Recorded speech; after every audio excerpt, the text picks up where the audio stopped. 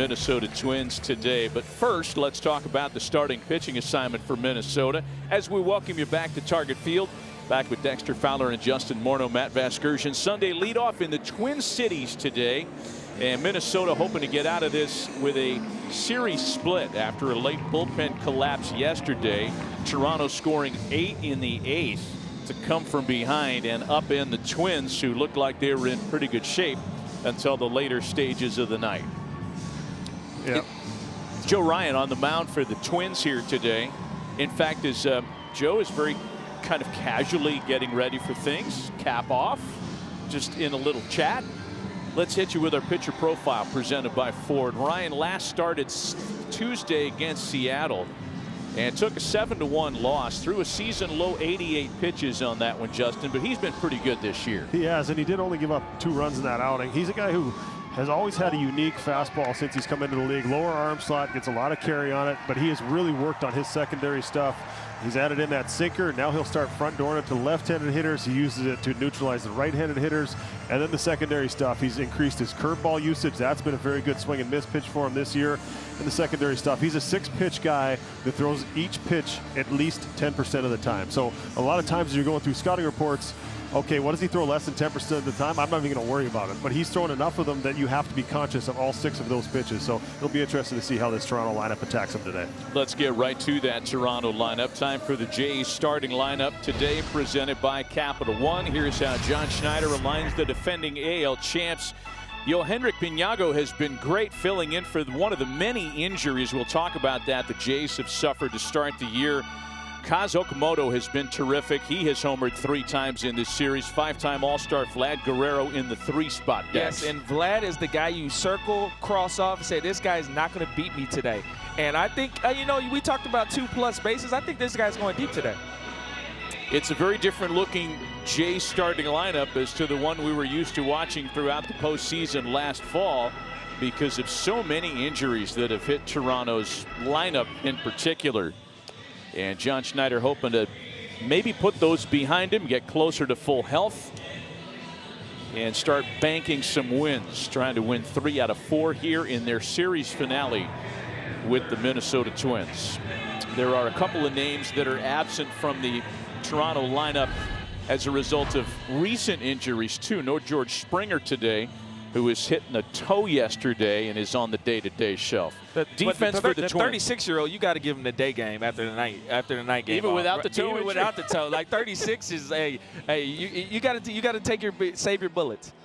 Sunday afternoon, and it's a time when a lot of regulars rest, but this is pretty much the regular group here for the Twins defensively too, Justin. Yeah, especially when they're facing a right-handed pitcher. You know, Twins faced more lefties starters than anyone in baseball, so they've kind of mixed and matched as this thing has started. But this is the lineup you typically see against the lefties, and Byron Buxton in the DH spot. That puts Altman out in center, who's capable of it. Wallner at right has one of the best outfield arms in all of the games. See if that shows up today. Yohendrick Piñago ready to dig in and start things against Joe Ryan, 29-year-old right-hander in his 6th season, an all-star last year for the first time, and a guy who had his name kicked around on the trade rumor mill a lot in the winter. That's a swim move he used, former water polo player, so that is part of his warm-up when he's flapping his arms behind his back like that, is back to his swimming background. I love that. They're the most conditioned people in the history of the game.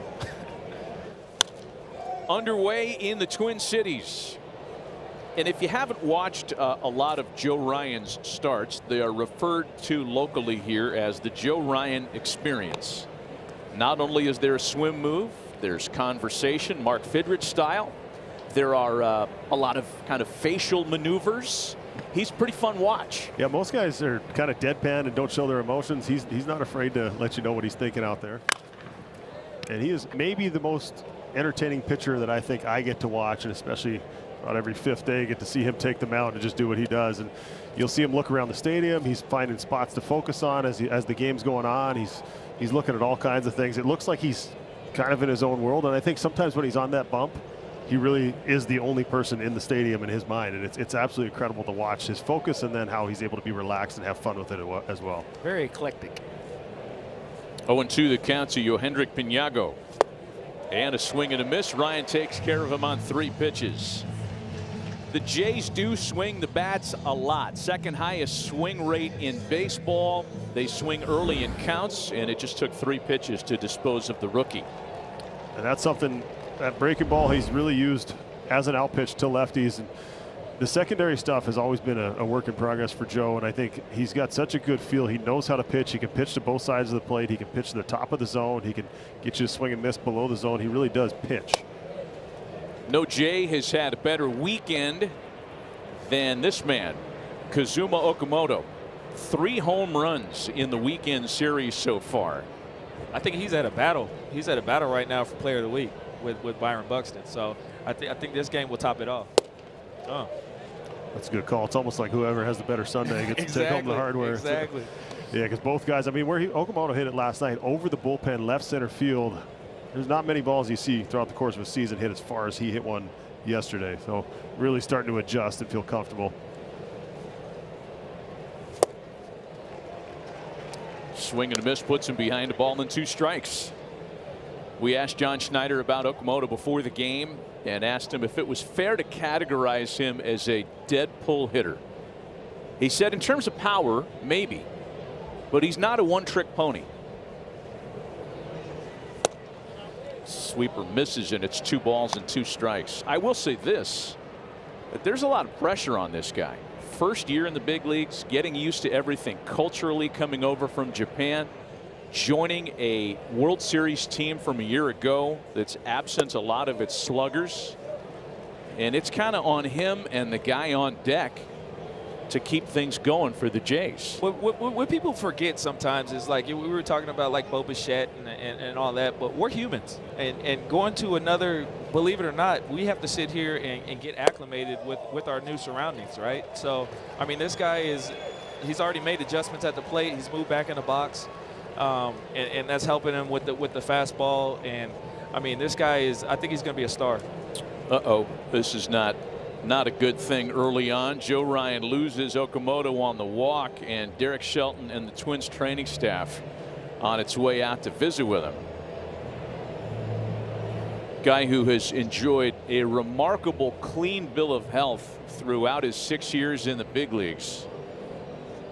I think it's just never a good sign when you see the pitcher himself call the catcher out. So he's coming out of the game. Well, I mean, before the game, we saw him sitting on the bench, and I don't know if that's normal, but he was sitting on the bench, and it looked like he was doing some breathing exercises and kind of getting his legs going.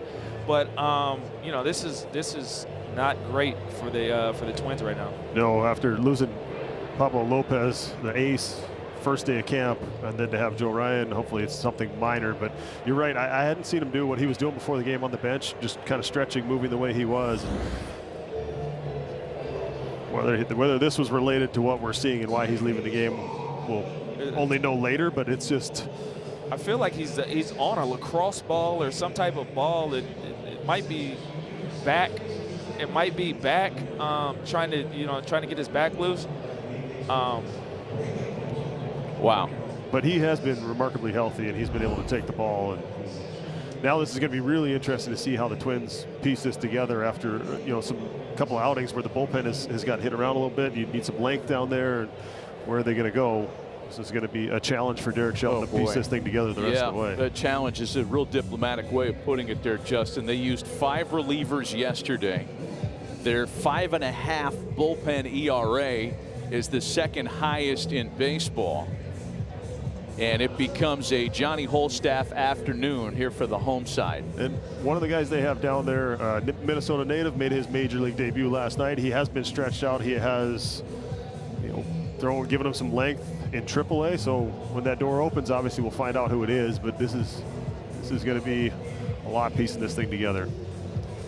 This will be Andrew Morris, the right-hander. So he's also been stretched out. He threw Game 1 of this series, so he's a guy that also can give you multiple innings. He's got best fastball velocity coming out of that pen, but we'll get to see that coming back. Well, we're going to take a break. An unforeseen circumstance, certainly after a handful of pitches. Joe Ryan removed with an injury, and we'll be right back.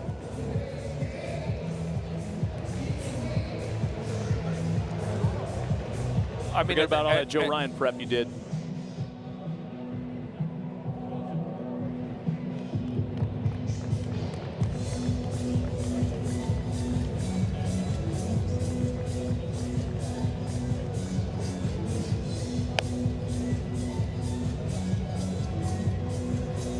debut a couple of weeks ago in Toronto. Last pitched on Thursday to open this series. And the Twins are going to be leaning on him heavily here today, taking over for Joe Ryan, who 2 at-bats into the game exits due to injury. We'll watch his last pitch here, guys, and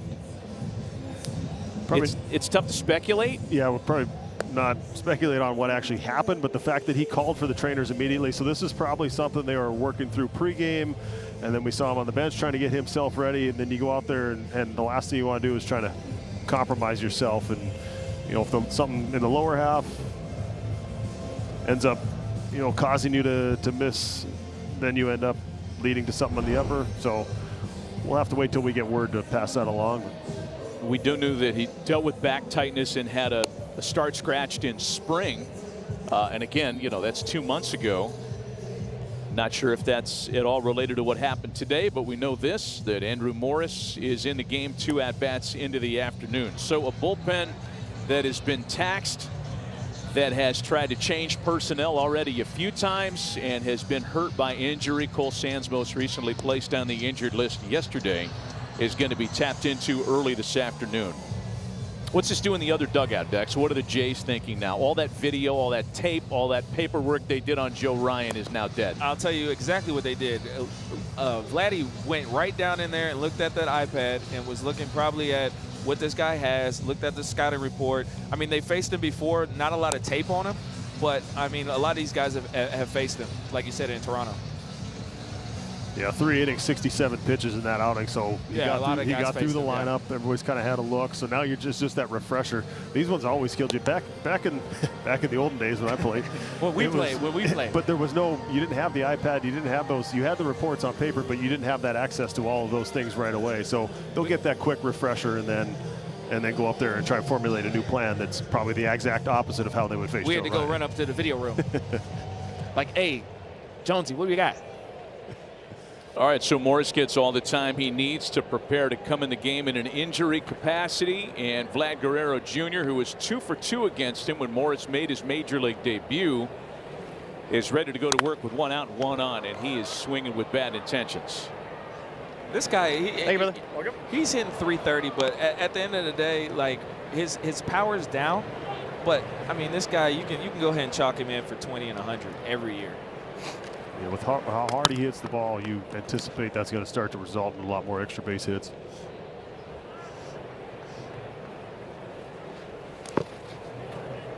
You know, Toronto having won the first 2 games of the series and plating a bunch of runs in doing so. They're doing that without Vlad really contributing much. He's 1 for 12 in the series. I guess that's a good news thing. If you're John Schneider, you can win without your bell cow. Yeah, but when he comes back in a vengeance, and I think he's starting to take better at bats.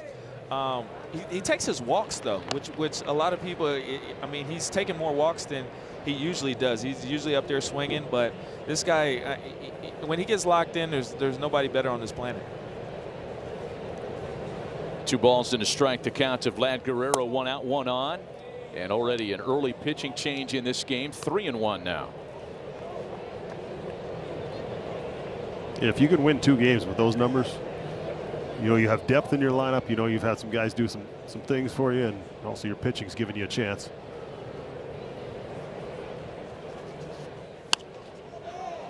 And Vlad fouls that back to fill the count. 3-2 now. See, that's one of those pitches when Vlad's on, you're not throwing it there. You're throwing everything away from him, and hopefully he swings at some balls and gets some soft contact. Jesus Sanchez waiting on deck. A lot of balance in this Jays lineup despite the injuries. There goes Okamoto on the full count pitch as Guerrero sends a fly ball out to center. And there's Austin Martin for out number 2.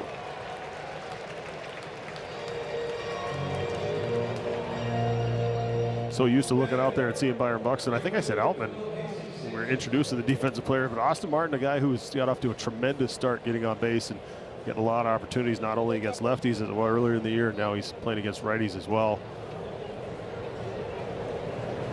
Here's Jesus Sanchez now. Sanchez digging in with 4 homers, 15 runs batted in this year, but not much to show for this series. And I guess you could broaden the conversation we just had on Vlad Guerrero. Jays have won 2 out of 3, scored a bunch of runs. Vlad is 1 for 13, and Jesus Sanchez is 0 for 14. And they're still winning. And they're still winning. It's crazy. Right on the corner is Morris to make it 0-2. First challenge. Here we go. Pitch is called a strike. The batter's challenging. He's trying to make his point even after the challenge. ABS challenge system Pitch is a powered by ball. T-Mobile. Toronto has 2 challenges remaining. And Toronto will keep their challenge after a successful one. You know, we're so used to seeing those challenges just nick a little bit of pink in that strike zone. You miss by like a half an inch, and it feels like an egregious miss. 100%. 100%. You know what? When we were like all the commentary, there's no commentary between you and the umpire anymore. It's like, hey, if you feel it, just challenge it. We had that earlier this series.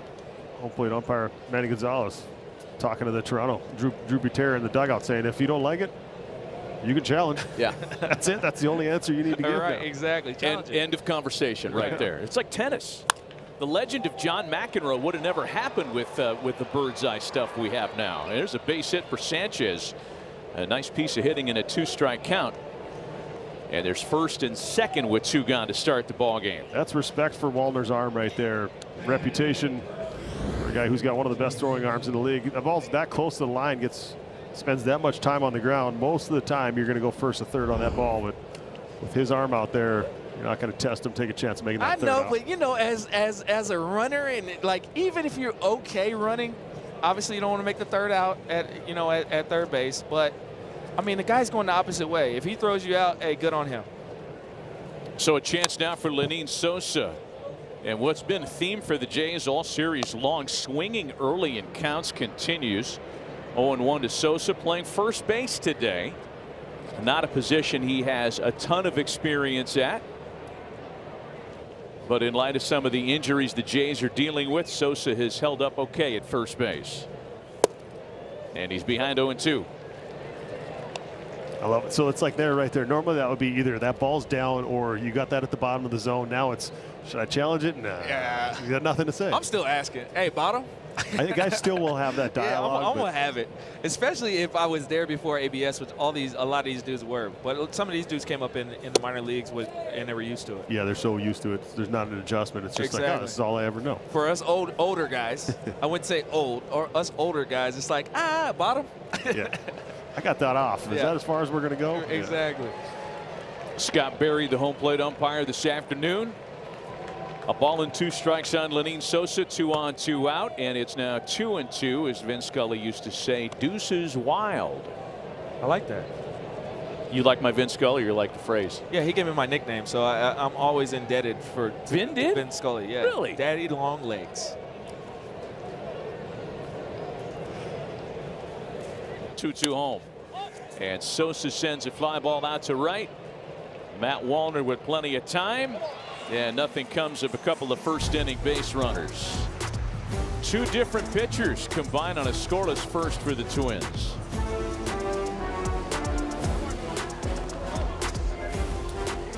Joe Ryan being removed due to injury after 2 at-bats. Scoreless top of the first. Time for the home side to bat. And it's time for the Ford pitching profile on Trey Savage. Dex made his season debut Tuesday, 5 1/3 shutout baseball in Boston. He did, and he came back just like he did in the World Series, throwing shutties, and that split is unbelievable. If I'm in the box, I'm sitting fastball. Hey, that's how you hit the split. You sit on the fastball. Twins Capital One starting lineup for the series finale. It's a Twins lineup that is top 10 in homer and walk rate. Minnesota's lost 13 to their last 16. They'll lead it off with their hottest hitter DHing this afternoon, 2-time All-Star Byron Buxton. Buck after a slow start. Wonder if there was a little WBC hangover, not getting the normal at-bats, but he has been lights out. He's locked in. 10 homers in his last 17 games, and a 1 pitch that's popped up. Ernie Clement at second is there for it. That's a big league pop-up. That was a big league pop-up. It's just amazing because with Buck, with how long he's been around, how just how he's able to handle everything. You can't tell if he's hit 10 home runs in his last 17 or he hasn't had a hit in 2 weeks. It's amazing, his demeanor. And the guys talk about his leadership in the clubhouse just based on that. Talking to Shelt, I mean, it's hard to believe that he has 10 years in the big leagues. Like, it's crazy to think about. I sit here and I'm like, this guy has 10 years? I remember he's a rookie. Those are the moments that make you feel old. It's like, this guy's already been here for 10 years. It was the first time I saw Vladdy Jr. I went, man, I played against his dad. Now I'm getting old. Trevor Larnach now. Larnach behind 0-2, batting with 1 out, bases empty. Larnach's been very good at home this year and has a consecutive games reached base streak, which has opened some eyes, 17 and counting. Don't jinx it. You got to say it. Are you one of those guys? I have to be. I mean, I have to be, right? So it's like the no-hitter. Like, you have to say that. You have to say it if you're on the air, but if you're in the dugout, you don't have to say it. You don't have to say it, but if he doesn't hear it, I think it's fine. But being a creature of habit and being a kind of superstitious guy, you can't jinx it. If he hears me from where I'm sitting right now say that he has a 17-game on-base streak, he has bionic ears. His girlfriend or wife is going to say something after, did you know? And it's like, you should have done that. 3 straight splitters from Savage has it counted 2-2. That one's back up the middle. See, I didn't jinx it. You didn't jinx it. 18 and counting. And Larnach's aboard with 1 away. Well, we mentioned that Cease hadn't allowed a home run all year, and then first batter of the game, Byron Buxton took him deep yesterday. So see how that works? If they want to blame us for that, then we'll take it. As I've been told sitting up here, we're just relaying the information. That's all we're doing. I respect that. I respect that. Until we mention a perfect game, and a perfect game gets broken up, and then it's just letting the people know. 1 out, 1 on now for Austin Martin, playing center field today. Did not play yesterday in Game 3 of the series. 4 for 8 on Thursday and Friday combined. Just having tremendous at bats. He was brought over to the Twins from the Blue Jays in the Barrios trade, and took him a little bit to get going, but he's been getting regular playing time, and he's been unbelievable getting on base. Yeah, Martin was a really high draft pick. You talk about his Toronto background, taken 5th overall in 2020. I like his flow. I like the hair. Very solid. It's nice. He looks the part. You're hitting a 3-hole. You got to have some swag.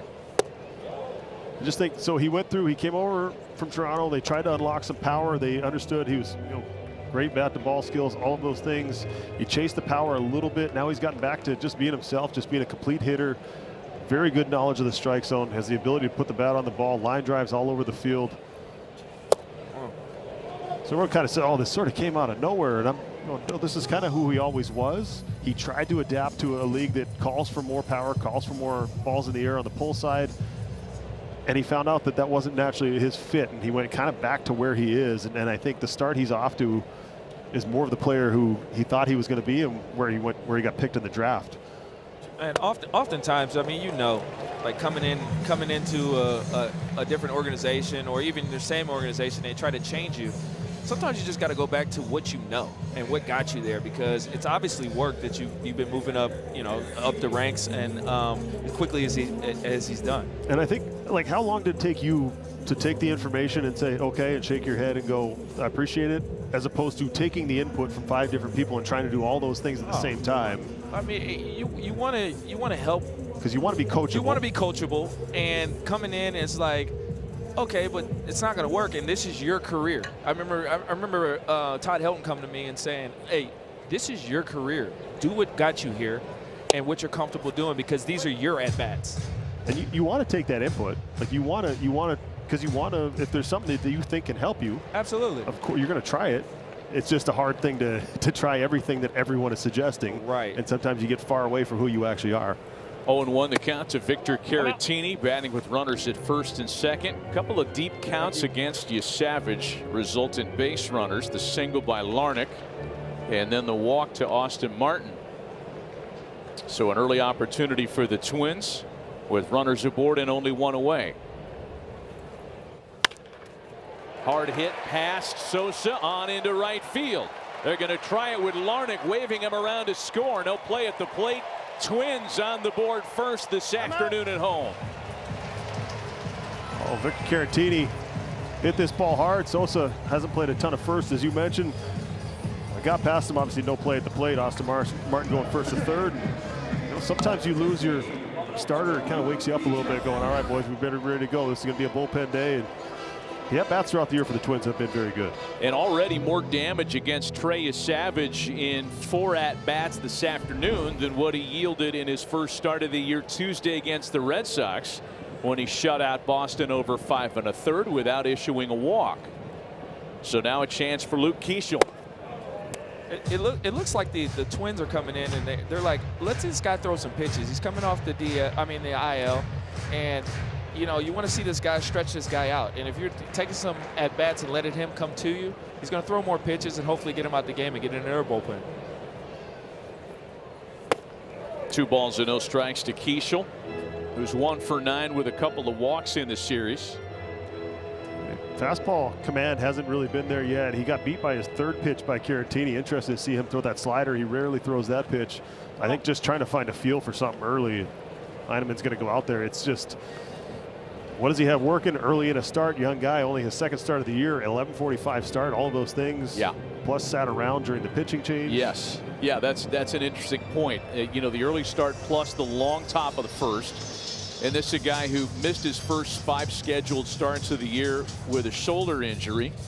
The Jays were afraid that it was going to turn into something worse. They were thrilled that he was able to make that start on Tuesday and come back to the active roster.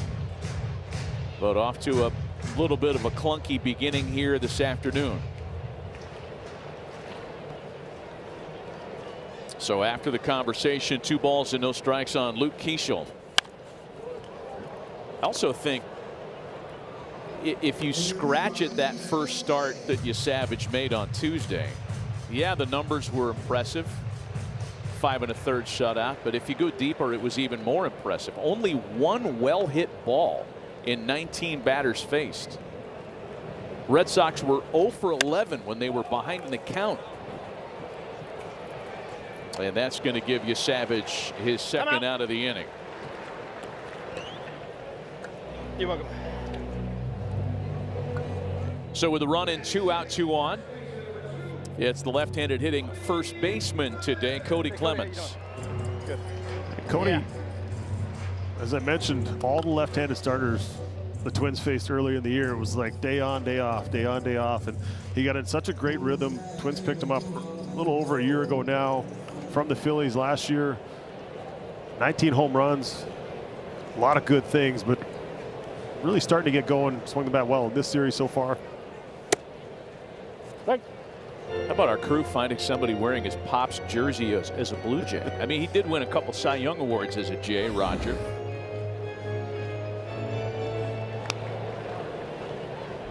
See, that's the one where you turn around and go, that ball's way inside. Goes, right, Challenge it. go ahead. Go ahead. That also looked like a curveball that's not even in his arsenal. That might have been another thing in Cody's mind there. Well, you know what? You get it if you get into some situations, and you're like, let me throw something else. see if this is going to work. Ooh. He's just got so much depth from that arm slot on that split. I would have balled it. The machine may say something different, but I would have balled it. Do you think that in the future there's going to be, you can challenge pitch by, what do you call it? Half swings? Check swings. Check swings? Bouncer for Sosa to get That could be a Savage thing. out of any further trouble. And to give Justin 2.5 minutes to think of his response to that question.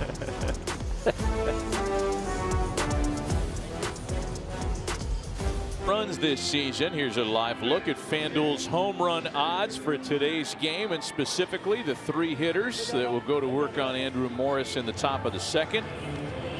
Can I interest you in plus 1,200 on Ernie Clement? Maybe. Maybe. Ernie's got 1 homer this year. Dalton Varsho has 4. He leads things off. Homered on Thursday in the series opener. Varsho, Clement, and Jimenez. And if you're just joining us, Andrew Morris took over for Joe Ryan after just 2 at-bats this morning, when Ryan left with what is still an undisclosed injury. That ball's hit hard out to center field, but plenty of hang for Martin. And there's one gone in the second.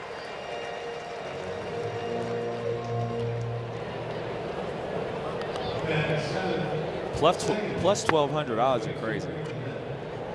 Well, maybe that's a big payout. Maybe Ernie can cash a ticket here. I mean, if you could just go in and just put money down every game, and then he hits a homer, and you got all your money back and some. If it was only that easy. Right? If it was only that easy. Pick one. Coming from a guy who lives in Vegas. I know, but I don't gamble, so don't take my advice. Ernie Clement, not unlike Trey Savage, became something of a household name for baseball with a great postseason last year, a terrific World Series run. His versatility, one of his best assets, his bat to ball skills among the best in baseball. Although he's late on the elevated heater here, 1-2. Scratch golfer, hits it a mile. Does he? Oh yeah. Now you're talking. Now you're talking my language. Speaking of betting, I'm not sure you want to get into it with him on the golf course. Really?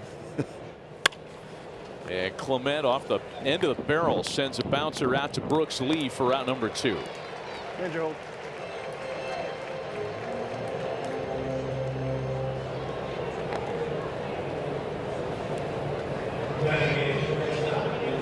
No challenge.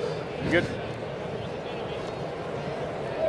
Not close enough to challenge at first base, and with 2 away, bases empty, that'll bring up Andres Jimenez.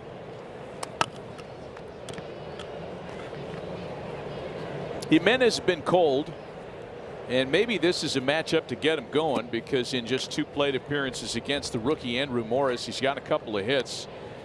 But Andres, a world-renowned defender and platinum glove winner, is 0 for his last 14 at the plate.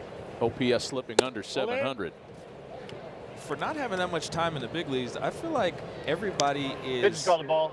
Catcher's challenging. Everybody has good numbers against this guy. 2 for 2, 2 for 2. Pitch is strike. He did only give up 1 run in that outing, though. Which is crazy.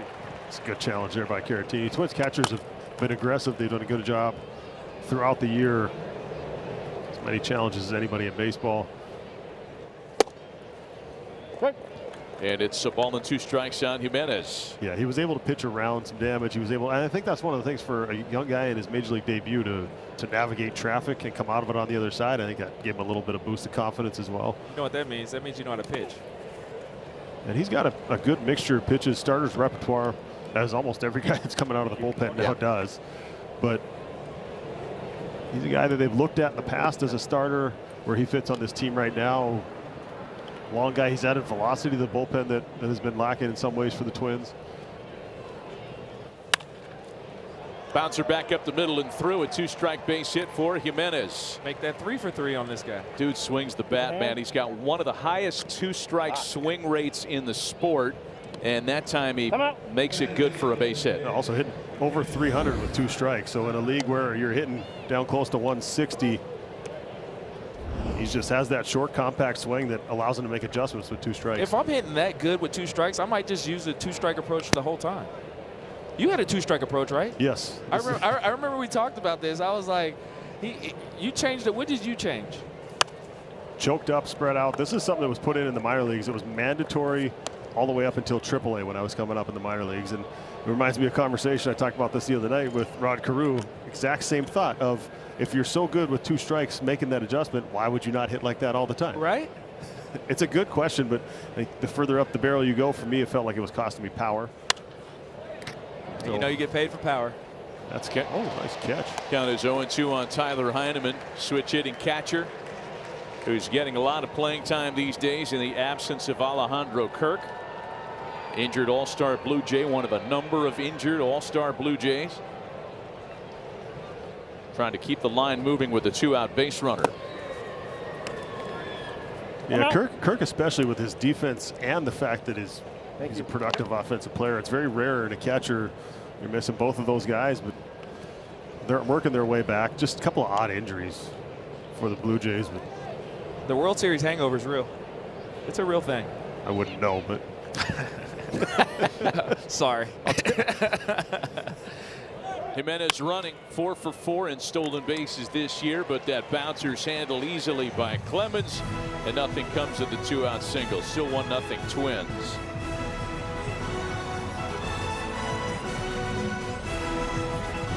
Six available now on PlayStation 5, Xbox Series XS, and Nintendo Switch. Rated E for everyone.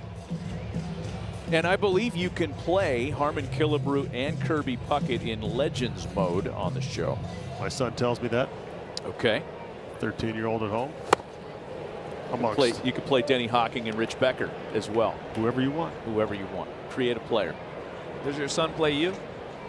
Tells me I'm too slow. Royce Lewis leads things off in the Twins half of inning number 2. 1-0 Minnesota on the RBI single by Victor Caratini. Trey Savage working ahead in the count to Lewis, who's 0 for 7 in the series with 3 strikeouts. This is a first-time experience for the Twins facing Trey Savage. And though there are some comps, Dex, you mentioned Josh Colmenter, over-the-top former Diamondback, among others. Justin, you talked about Chris Young, current president of baseball operations with the Texas Rangers, rather, as Lewis is a strikeout victim. I don't think there's anybody as unique as Trey Savage in terms of pitch mix and release point. He is one of one right now. Yeah, and that's where the challenge lies. It's something you haven't seen. Way over the top. You have Rogers in the pen, who has the lowest release point in baseball. Yeah. And you're just trying to get a read on it because it doesn't look like anything you've ever seen. I think the fastball stays up and the split has more depth than what the metrics actually say. You know, it says on paper that it's a similar pitch to Gausman's split or whatever, but if you look at it from the release point, it looks like it's got way more depth and it just heads straight towards the ground. With a guy with a good split, I used to treat him like a knuckleballer, right? I'd get on the plate and I'd say, hey, look, if you can control the split and not hit me, then we'll call it a day. It's a pretty good way of looking at it. Yeah, I mean, and I'd sit fastball, right? Because, I mean, the split, they feel uncomfortable. I think with a pitch that moves that much, like a knuckleball, if you get in the box and guys feel uncomfortable when there's not much plate to throw at. Brooks Lee Good piece hit to the opposite field for a 2-out base hit. Hey, if you think you're going to get that split as a left-handed batter and Lee's a switch hitter and you're not comfortable with it, you're going to see some early swings in the count. And Lee on a first pitch is aboard with a base hit. That was a Dimitri Young to Delman Young of the best way to hit a split. Hit a fastball. Don't miss the fastball. Exactly. Get him before he gets you. Byron Buxton now with a man aboard. The longer this matchup goes, that is to say, the longer Savage is in the game, the better it fares for Byron Buxton, who, when he faces a pitcher for the 3rd time, is slugging 1,000 this year. Just missed that one. 1-1. And he started the year hitting 3rd. Shelty was trying to measure. Derek Shelton was trying to find a good mix for this lineup. How do I get, so and so and have that mix with the balance of switch hitters? And then he switched right around the time Byron Buxton started to get hot, back in that leadoff spot, and he's kind of been comfortable and taking off. Now Buck will tell you he doesn't care where he hits. So just as long as I'm in the lineup, that's all that really matters. But it is a pretty nice coincidence that once he got put in that leadoff spot, he started hitting like the Byron Buxton we're used to seeing. Ball and 2 strikes on the 2-time All-Star Byron Buxton.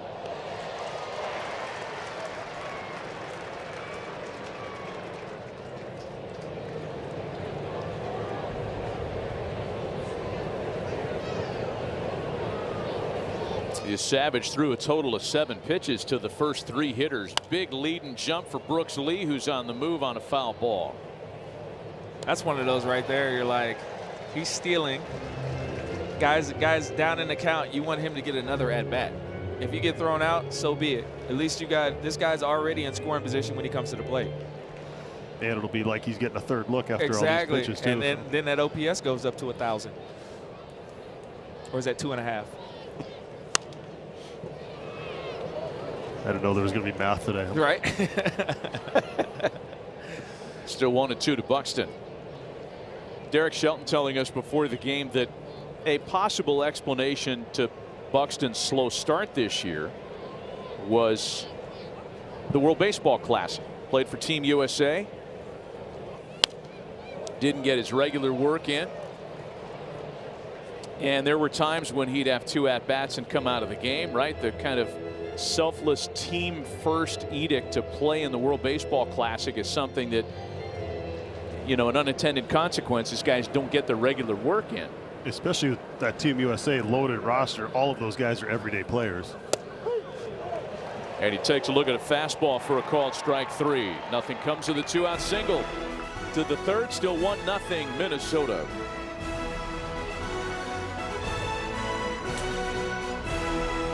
Walked out, he said he just, you know, he felt something in his elbow, and I think there's some elbow soreness in there. We're getting him evaluated.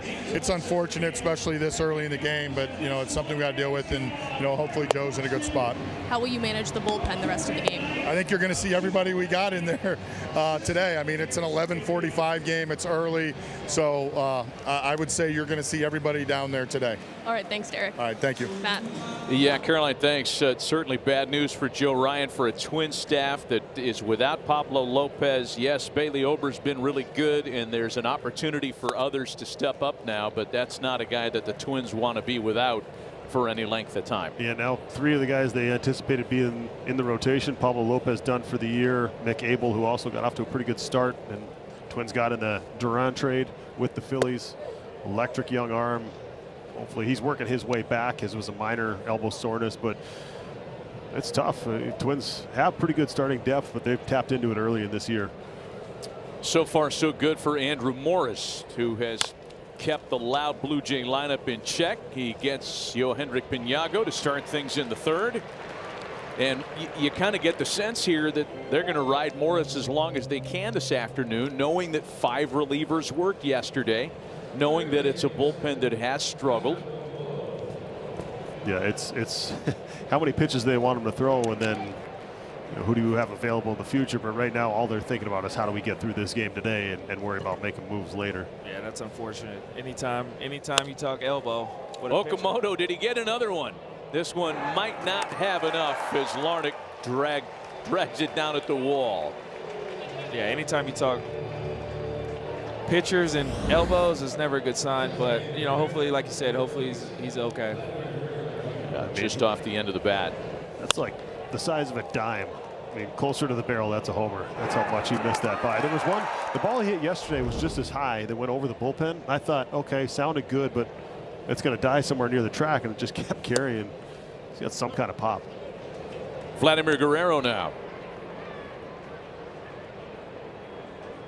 There's been a lot written about the relationship that Kazuma Okamoto has had with Vlad Guerrero, their friendship, and how culturally one is enlightening the other as to a lot of things, not only off the field, and I think cuisine is among them, but some of the things that they do before the game. The circle of gratitude has gotten a lot of run in Toronto, where Okamoto will kind of gather some teammates. They'll kind of get together before games, talk about things they're grateful for. I like that. 2-2 the count to Guerrero. We're going to get a foul ball today. We are. I'll let you catch it. Hey, those days are over. I might matrix it. Yeah, trust me, I'm only dodging foul balls. There's no interest in me catching. You get enough of that. We had our chance. We're done. We had our chance. It's over with. I don't have a glove on. Well, Danny Gladden, World Series hero, brings his glove to every game still, doing Does Twins he? radio. Yes.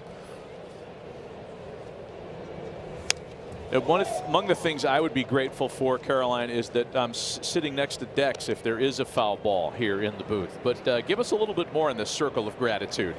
Well, as you guys mentioned, it started because Kaz Okamoto would always say what he was thankful for pregame, and then it turned into this circle with teammates. I spoke with him and his translator, Yusuke Oshima, yesterday, and Kaz said he always says he's thankful to play this game at this level and for the people who have helped him get here along the way. He told me the biggest challenge coming here, as you mentioned earlier, has been fitting in both in the clubhouse and on the field, but Vlad Guerrero Jr. has been an immense help in that. Kaz said he's taken me under his wing since day one in big and little ways. Okamoto said he was wearing the wrong color undershirt before Friday's game, and Guerrero kindly pointed it out so he could wear the correct one. So in many different ways, Vlad looking out for his teammate. And Vlad rung up in a 1-2-3 third here. Still 1-0 Minnesota.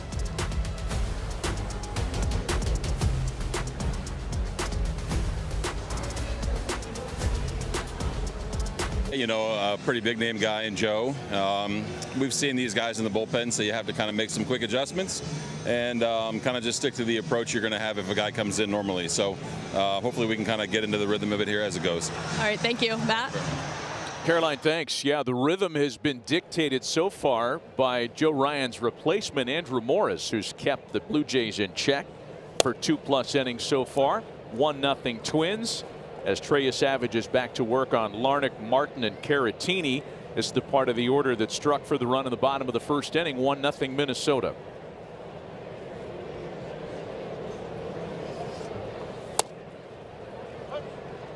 It is understandable, given the fragility of starting pitching around Major League Baseball, and we've already seen it with Joe Ryan today, how the Blue Jays were very cautious and careful with Savage last year.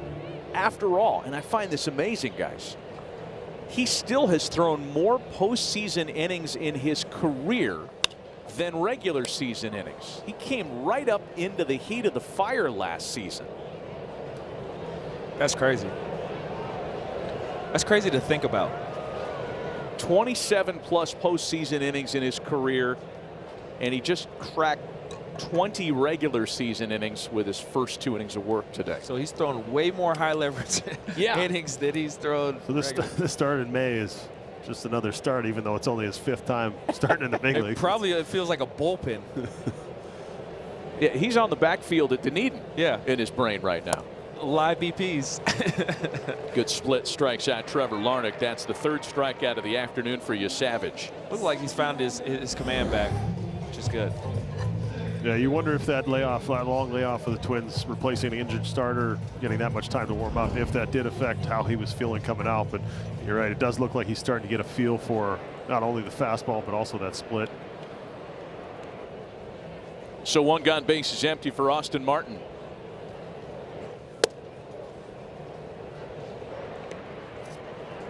I mean, it's a chicken versus the egg dynamic when you're facing Savage. Do you hunt the fastball because you know he's going to get you with splits, and it's awfully tough to hunt that pitch? Like you're not going to hit it anyway. Not hard. So I mean, if you want to do damage, you got to sit on the fastball. I mean, if you sit there, it's like if he throws me 3 splits in a row and they're strikes, you tip your cap and you move on until he throws you the fastball and don't miss the fastball. And it feels like the Twins are kind of, that split's got to be in their mind, right? They've had 6 chases on 11 swings against Savage's fastball. Does that mean they're looking attack that heater and yes, and get it? And I think also because if you're setting your sights near the top of the zone. 1-2. If it's almost that, if it's high, let it fly kind of mentality.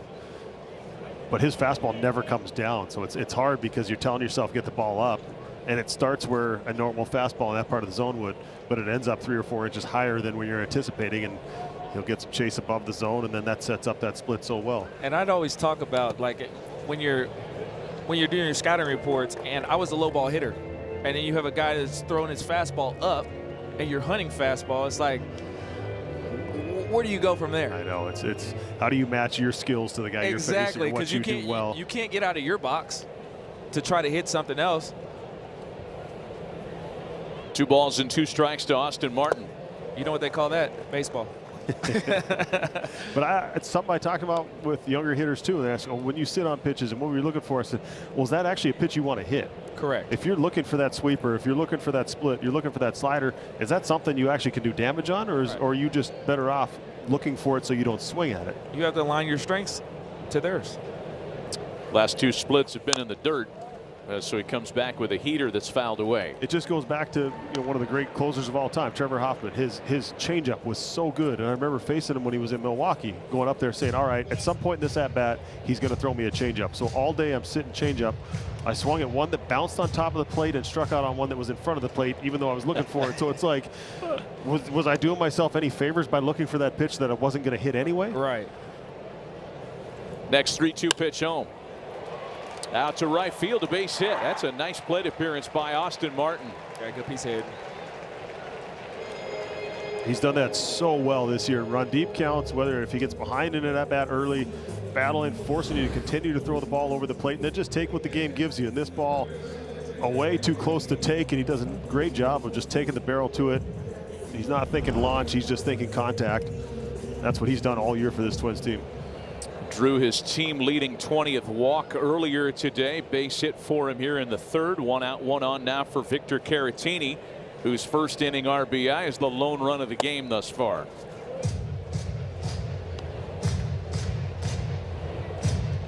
Martin's 4 stolen bases, also been caught 4 times on the year. I'm going. I mean, you got a ground ball threat right here to Caratini, and I mean, he's a slow runner. So at the end of the day, you got to go. Victor Caratini is a guy who'll drop down a bunt occasionally too, and if you look at the vast amount of real estate on the left side of the infield, I know Caratini's not blessed with Ricky Henderson wheels. I mean, all you got to do is get one down, like just get it on that side. The pitcher. Exactly.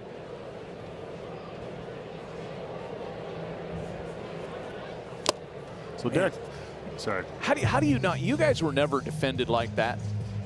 How do you not look at that and just completely change your mind? It's the one in the middle. I would see that one, especially Madden, Tampa later in my career. That was the one that got me, was not having, because as a kid, you're taught your entire life. Hit up the middle. Hit the ball up the middle, live in the middle of the field, and all of a sudden there's somebody standing right there, and you're going, now where am I supposed to hit it? See, left-handed, I got this left-handed, but the third baseman was on the grass. So then I'm like, I can't bunt. I can't bunt. And then they're pounding me in, and I'm like, how do I, like, they're throwing 97 in. Now, how do you hit the ball the other way? How do you manipulate 97 to the ground ball to short? I know. Yeah, when they started shifting me, that was the biggest adjustment I had to make, because, like you said, in the minor leagues, you hit a ball at the middle, or you hit a ball where you're taught to hit the ball, it's an out. 2 swinging strikes on fastballs to Caratini, and a third gets him to strike out. Wow. How about that? He showed him 1 split, got 3 whiffs on heaters. Big punch out for you, Savage. It's such a unique look, and that's what you see, is that ball just never comes down. You're telling yourself get it high, but where he swung is where most of those fastballs end up. But because his arm, where he releases that ball, is so high, his release point, it's just so unique. And by the time they've adjusted, he'll be getting ready to make his next start. And what the thing about it is Heineman, you behind the plate, you see a guy that's late on a fastball like that. I mean, keep throwing it. I mean, because he's obviously sitting on split, or he's sitting on something soft that he's missing the fastball. Now, if the guy's right on it, then it's like, okay, this guy's trying to hit this heater. So runner aboard with 2 gone now for Luke Keeschel, who whacks that into the left field corner. You got to go. Get down. Oh, my gosh. That's going to be a ground rule double. That's unfortunate. And that's going to cost the Twins a run, as Martin's going to have to go back to third base. Third base umpire Tom Hanahan threw up his hands immediately. And there's that limestone just above the outfield wall, and that ball hit that limestone and kicked back in. It's one of the cool things about this ballpark. All the limestone, that light colored stuff we'll see this hit, was from a quarry about 2 hours south of the ballpark. So that's awesome. There's your random fact for the day. I like that. But it also was one of the things that I brought up, playing first base in this park, and that throw from the shortstop, third baseman in the hole. Oh my gosh, yeah. It's almost identical color to the baseball, but you learn to adjust as a player. Watch it kind of halfway up. Yes, you're right. That did cost the Twins a run. We'll see if Savage can take advantage of a break here as he goes to work on Cody Clemens, who grounded to first in the first inning.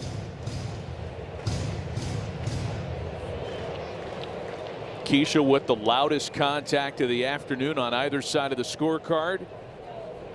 What would have been an RBI double comes back on a ground rule double. And it's 2 balls to no strikes to Cody Clemens. You saw that first take that he had. It was down. It was a good take.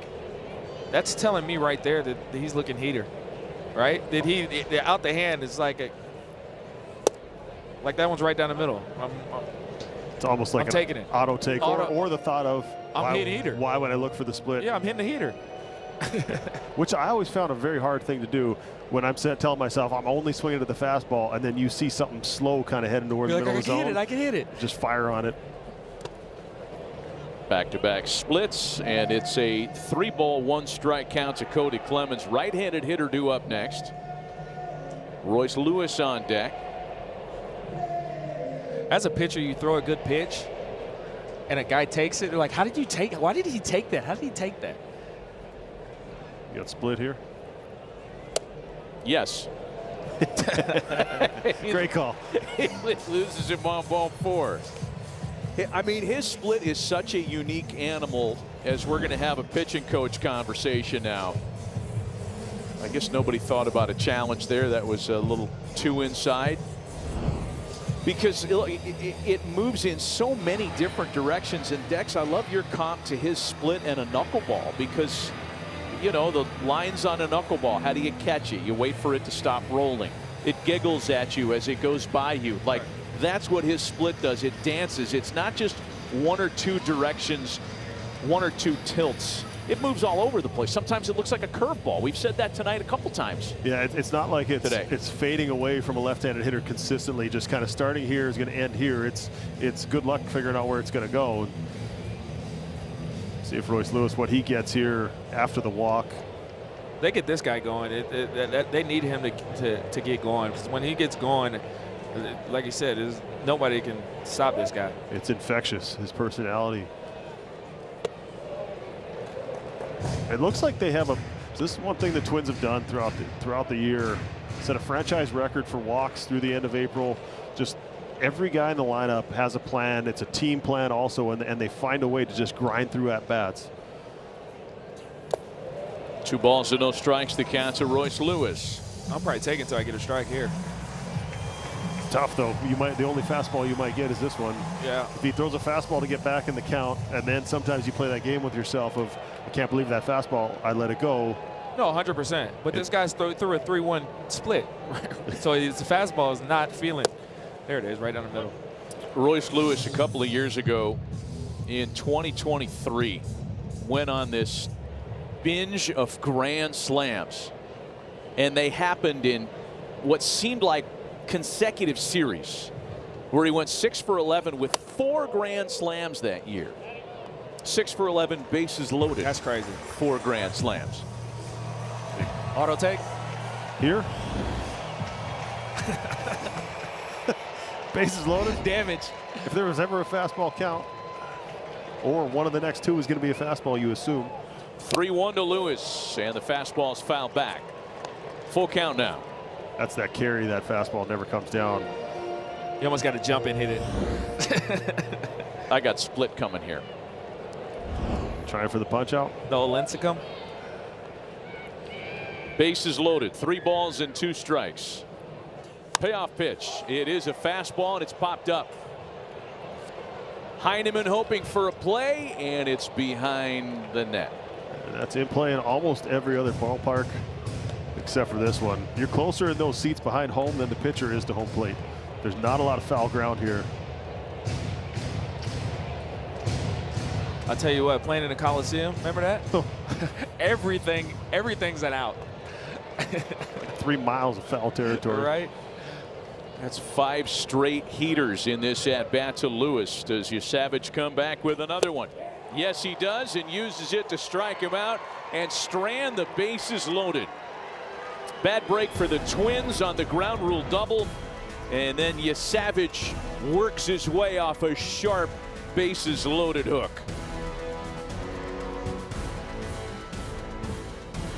It's brought to you by Ford. Ready, set, Ford. Some of the all-time greats who have suited up in both uniforms, from the vintage to the contemporary. Roy Jackson, one of my favorites, makes our rip. And of course, Frankie's sweet music viola.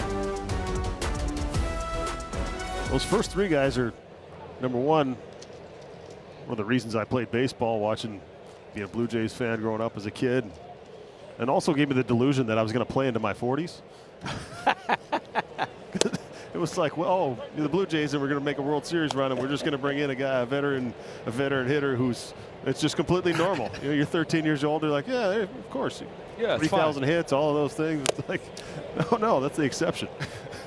Jesus Sanchez leads things off in the Toronto half of inning number 4. Sanchez, Sosa, and Varsho. No LaTroy Hawkins on the board, huh? Well, yeah, LaTroy played in Toronto too. That's because LaTroy played everywhere. Yeah, he did play everywhere. But fine. I mean, that's what we were talking about. Just saw Taylor Rogers up in the bullpen. Morris has been very good once again, stepping in for Joe Ryan in the first inning today. And as you heard Caroline Pineda's report earlier, that foul tip is hung onto by Caratini, scored as a strikeout for Morris, and there's one gone. Again, Ryan removed with right elbow soreness. Yeah, a little foul ball right there. Nice job by Caratini hanging on. Morris has been good in relief, pounding the strike zone, attacking. Yeah. You don't expect to come in a game in the first inning when Joe Ryan's starting. Here's Lenyn Sosa now with 1 out.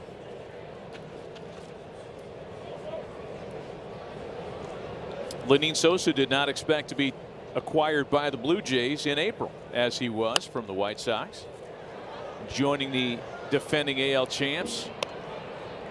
Looking elsewhere because of the many injuries that Toronto has dealt with to start the year. He's hit safely in 8 of his 12 since coming to the Jays.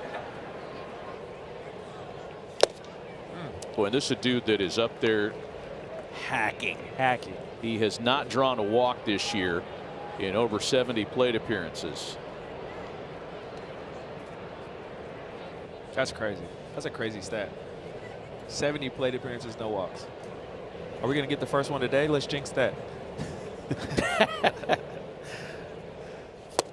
No, not yet. Not yet.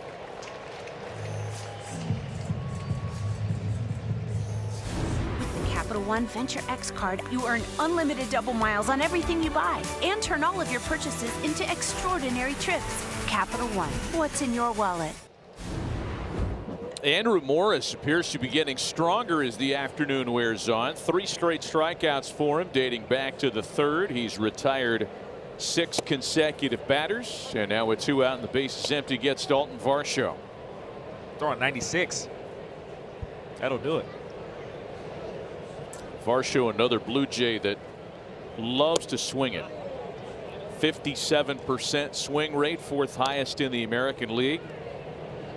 And I guess the good news for him, he's still swinging the bat a lot, but not striking out as much.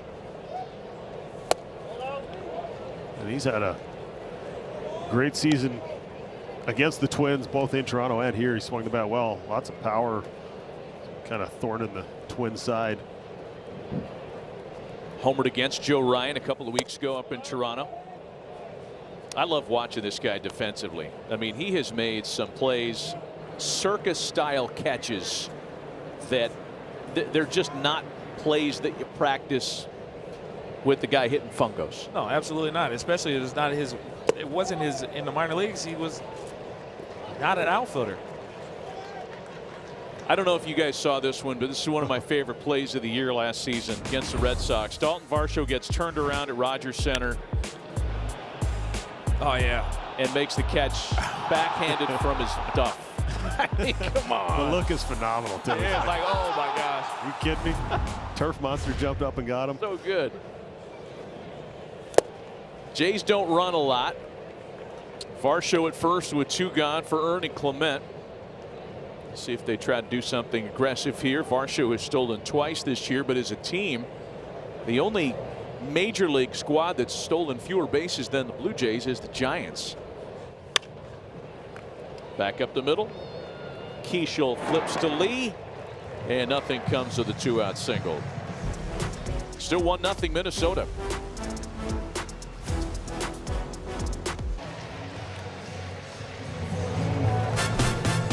Members get even more during the Xfinity Members Celebration. Get exclusive experiences only with Xfinity. Now through May 10th on the Xfinity app.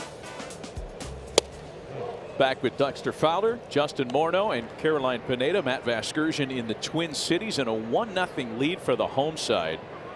And Andrew Morris has been terrific out of the Twins bullpen today. Looks stressed, doesn't he? No big deal.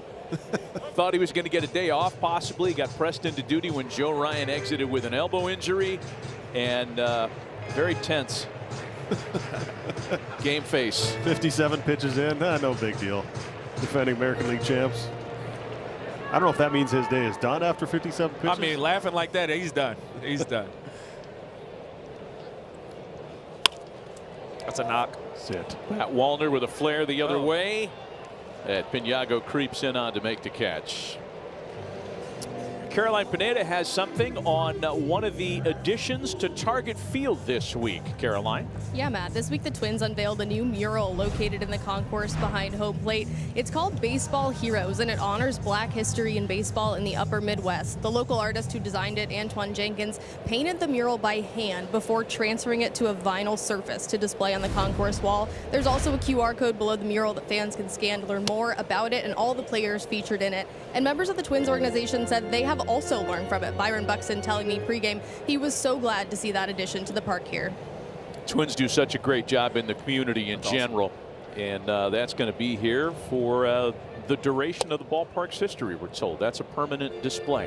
That's awesome. I saw Lou Brock on there, one of my favorites. Lou Brock was one I got a chance to meet him and when I was playing in St. Louis. The ordained pastor, Lou Brock. Great human being. 2 balls and a strike to count to Brooks Lee, batting with 1 out and the bases empty. Hyman waiting to get the feeling back in his thumb. You probably don't know this, but I was drafted as a catcher. And when I see that, I'm thankful somebody said, "Why don't you go play first base?" So those guys take a beating back now there. You played hockey. What position did you play in hockey? I was a goalie. So. Yeah, see, that's why you're a catcher. Glutton for punishment. Just not the smartest guy around. Here, go ahead and shoot at me as fast as you can and throw the ball as hard as you can at me. Hey, speaking of hockey, and not to get too far off the subject here, the Twins and the Blue Jays, but what a week it's been for Minnesota sports. My goodness. Yeah, crazy. Wolves across the street. Wow. Wild across town. Foul tips hung on to by Heineman. There are 2 gone for Savage in the 4th. Are the Twins going to be the golden tempo? We sure hope so. Of the Kentucky Derby? A lot of people had the Nuggets getting past Minnesota. Did not happen. And the Wolves will be on Peacock on Monday. They're enjoying their first playoff series win in a while. T-Wolves right across the street. Here's Byron Buxton. Buxton now facing Savage for a 3rd time. And recall what we mentioned earlier. A slugging percentage of 1,000 when facing a starter for a 3rd time this year.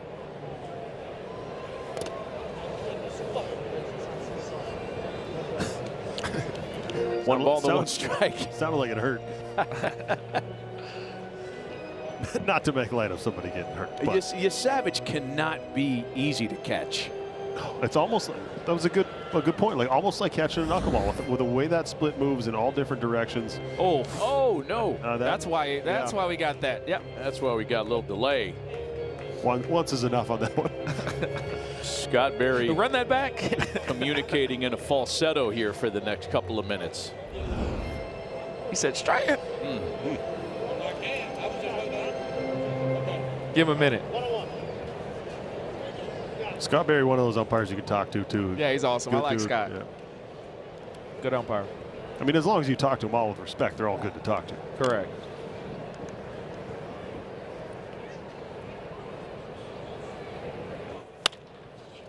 Buxton with a smash that's just foul.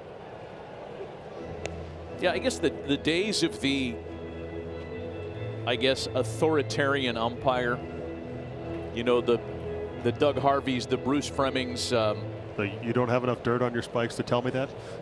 That kind of stuff. Terry Meals.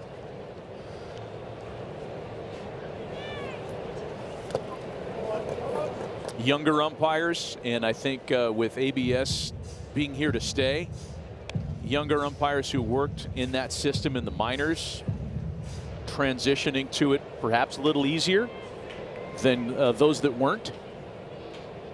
And that's not to say that those guys can't adapt, because they certainly can and have.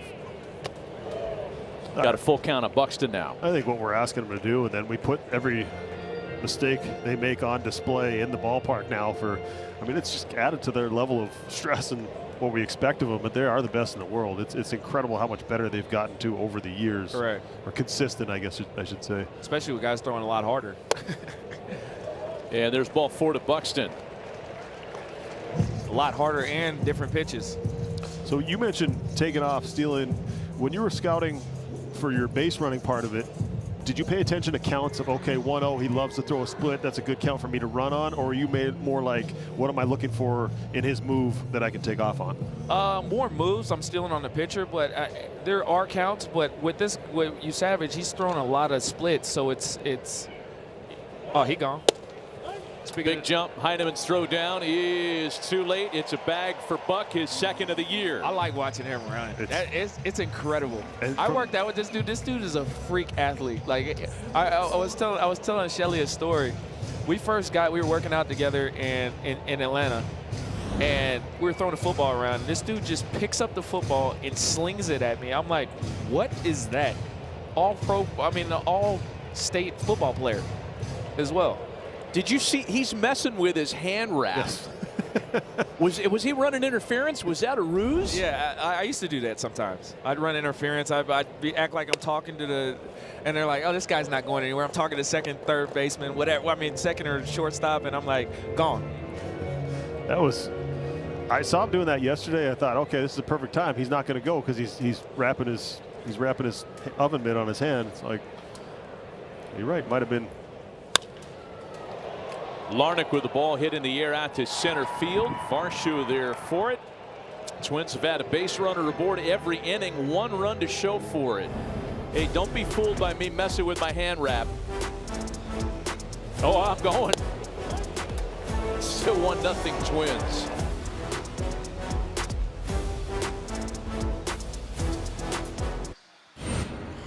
Twins are on their 3rd pitcher of the afternoon. Andrew Morris was terrific. Pressed into duty after Joe Ryan was removed 2 at-bats into the game.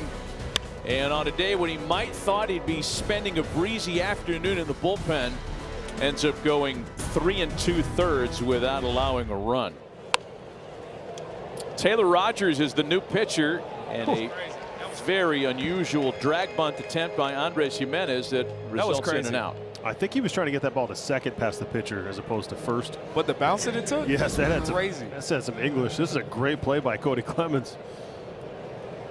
Watch it hit and then just must have hit like a spike or something. That he looked at the umpire like, well, it almost went foul. Fair or foul. Those are the hands of a middle infielder, not a typical first baseman. Right. Exactly. So 1 pitch and 1 out now for the number 9 hitter, Tyler Heineman. Rogers last pitched in the series on Friday. Entered with 2 out in the 5th. Faced 4 hitters, retired 3 of them. Half of the twin Rogers brothers populating major league bullpens. They were teammates for a couple years in San Francisco.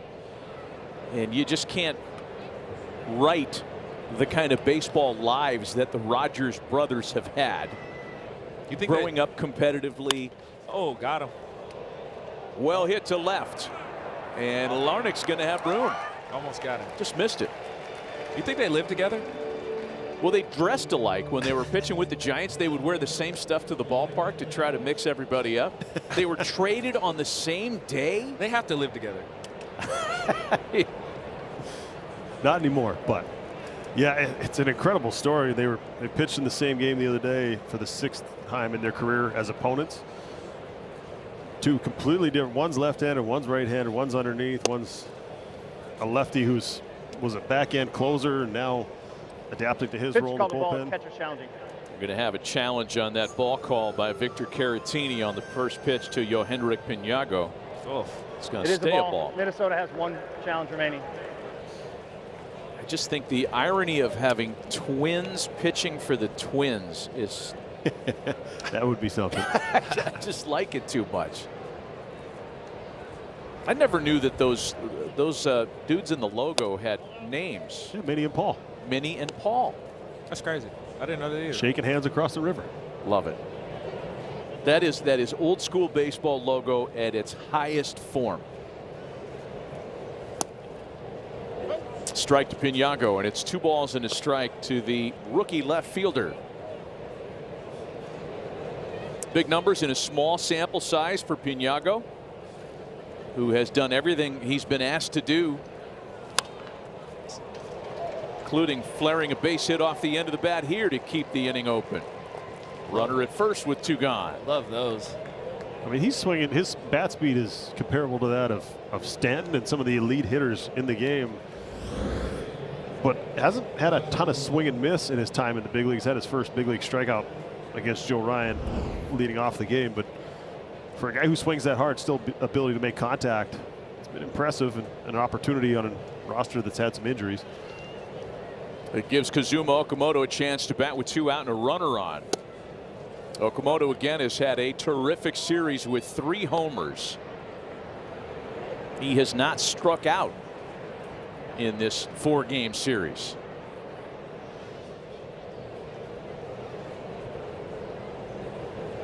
For Okamoto, only 1 of his 8 homers has come against a lefty, and Caratini wants to chat.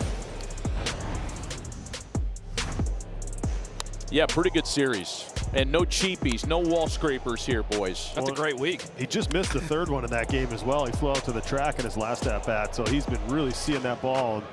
It was interesting to me to hear how early in his season he made a swing adjustment. He moved back in the box as far as you can get. He moved a couple inches closer to the plate. He was missing some balls on the outer third of the plate, and all of a sudden he made an adjustment. But to come over from Japan and just decide 2 weeks in, I need to fix something, most guys will be, give me a month and a half, give me to the All-Star break, and then we'll address things. But he did it right away, and it's paid dividends immediately. I mean, just moving back a few inches in the box makes a huge difference, especially guys throwing 98 to 100 every day. I mean, you can't get any farther back than that. No, and it's okay.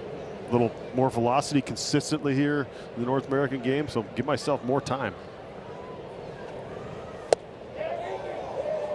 Tried to check it, but went around, and it's a strikeout for Rogers. You jinxed him. Did it again. Man, I didn't know you were this superstitious, dude. Unbelievable. You're killing me. A young woman dreams of life in Miami's glittering world until tragedy pulls her into the city's dangerous underbelly. Streaming May 7th.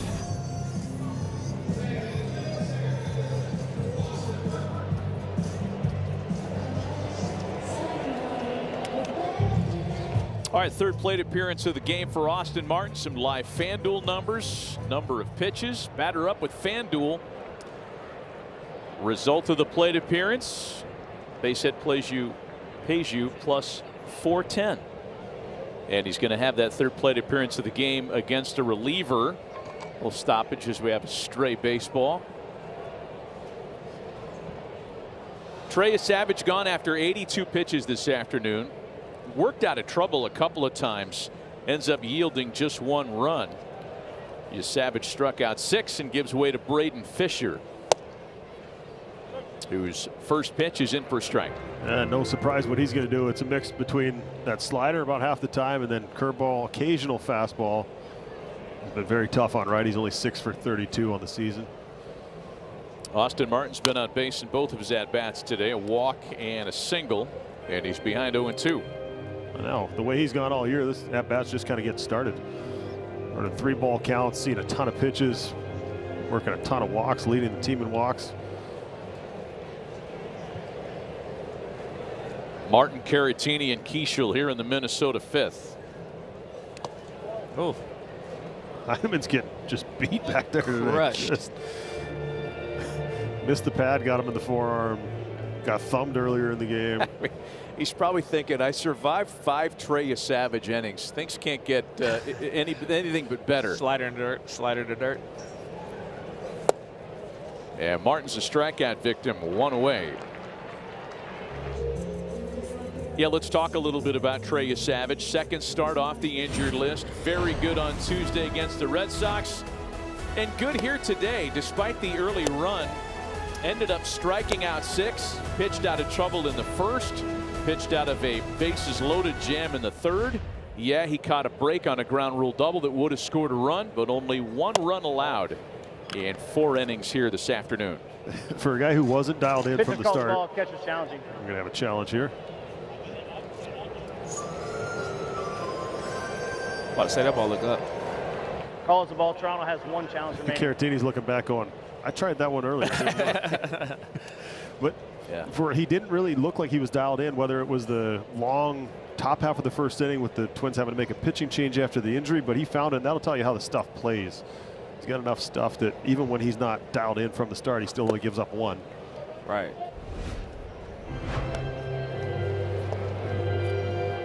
Where do you sit? Where are you looking? Yeah, that's who he is right there. That That is is who a he perfect little cross stitch of who he is. Scouter shot. Effectively wild. StatCast powered by Google Cloud. Pitch to Caratini, misses inside, and it's 3-0 to the switch hitting catcher. What a day here in Minnesota. This is why we endure the winter. If there's ever a Yeah, community, your community here, Justin, folks here appreciate sunshine and blue skies, I think, more so than anywhere else in the country. Those days are infrequent. But you know what? People, even in the winter here, people go outside, ice fishing, snowmobile, find stuff to do. Otherwise, you have a chance to be pretty miserable. It was rated one of the healthiest cities in America. There's a reason that people stay here even in the winter. Sometimes it's the person you marry. Not speaking from experience, I understand. It's a good place to raise a family. There's good people here. Luke Keeschel has had a runner on now in all 3 of his plate appearances this afternoon. He has popped out and doubled.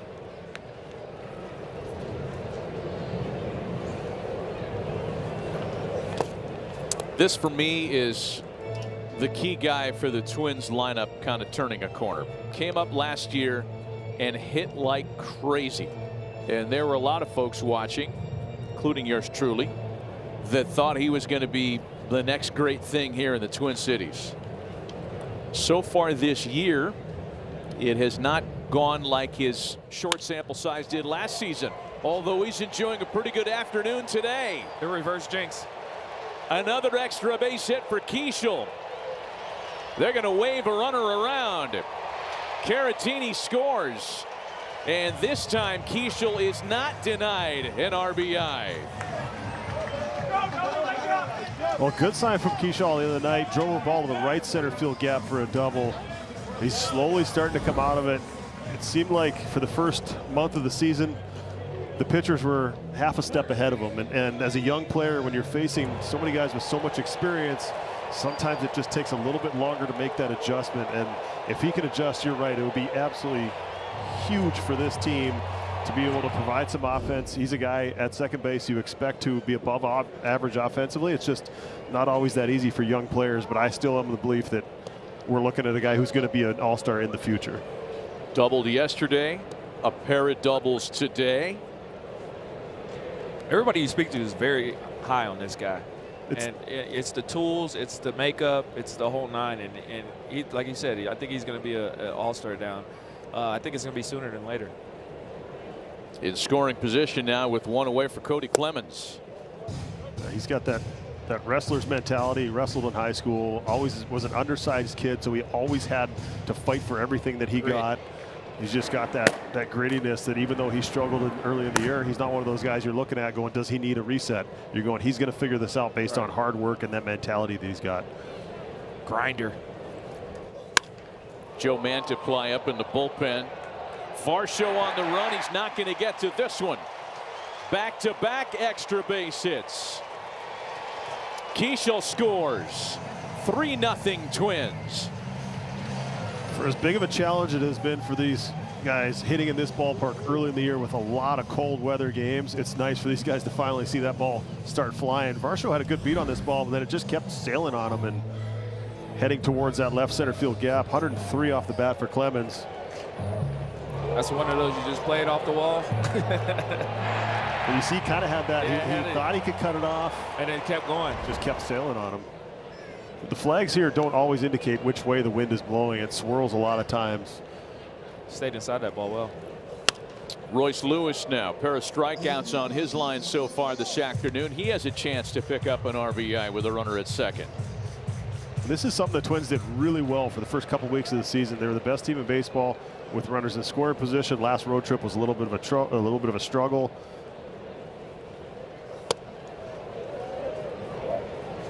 But they are a lineup that will grind no matter where anybody's hitting at in the order. They're going to force that opposing pitcher to work, and then they're going to pass the baton. If they don't get the job done, they trust the guy behind them. Team that's lost 13 of their last 16, showing some life here in the middle innings against the Toronto bullpen today. A ball and 2 strikes on Lewis. Braden Fisher had been pretty good. He had allowed a total of 3 earned runs entering the day. He has allowed 2 today alone.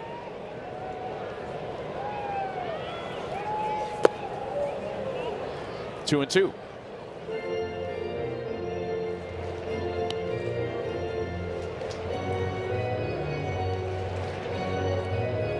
Joe Mantiply is ready.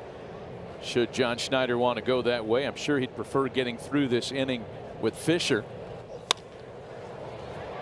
A couple of soft hops for Jimenez, and Lewis is retired.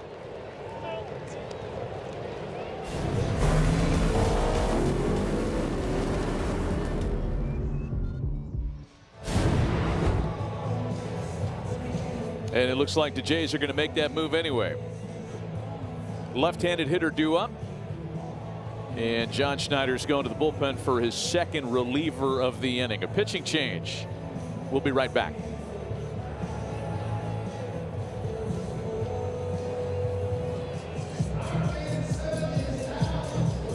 Competition for baseball and softball players ages 7 through 14. Host a local competition this year and give the kids a chance to make it to the national finals at the 2026 World Series.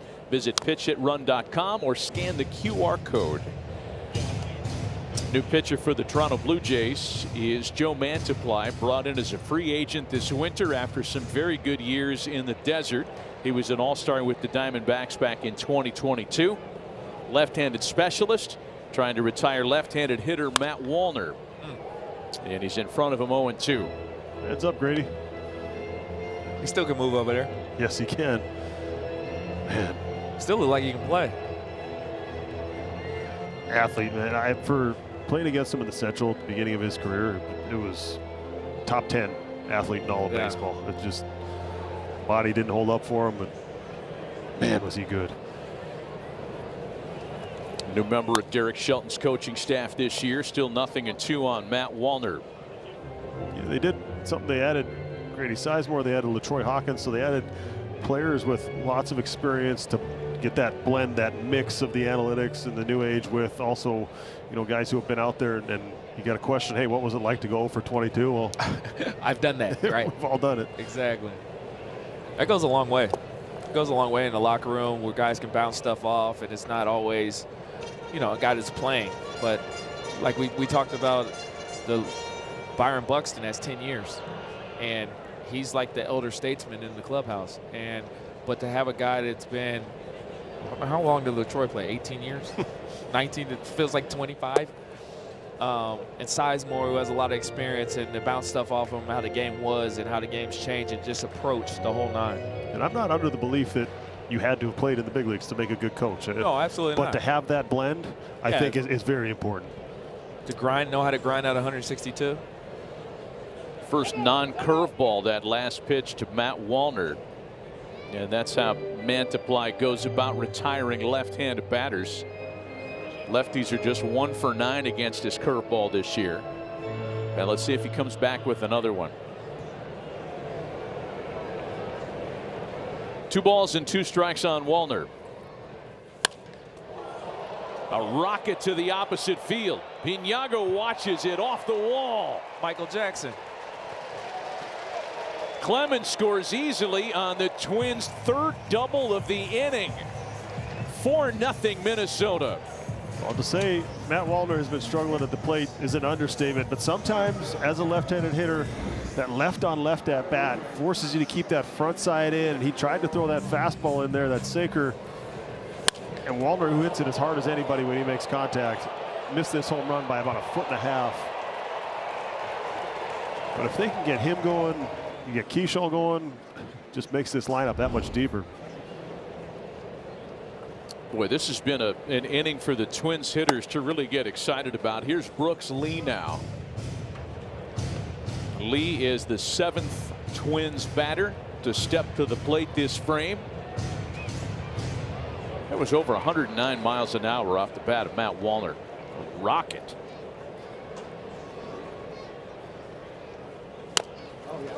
Little excuse me swing. That's going to stay fair. Heineman's got to hurry, gets it to first in time to retire the side. Not before the Twins can strike for 3. 3 runs, 3 doubles. Vlad Guerrero Jr. will start the comeback bid when we return.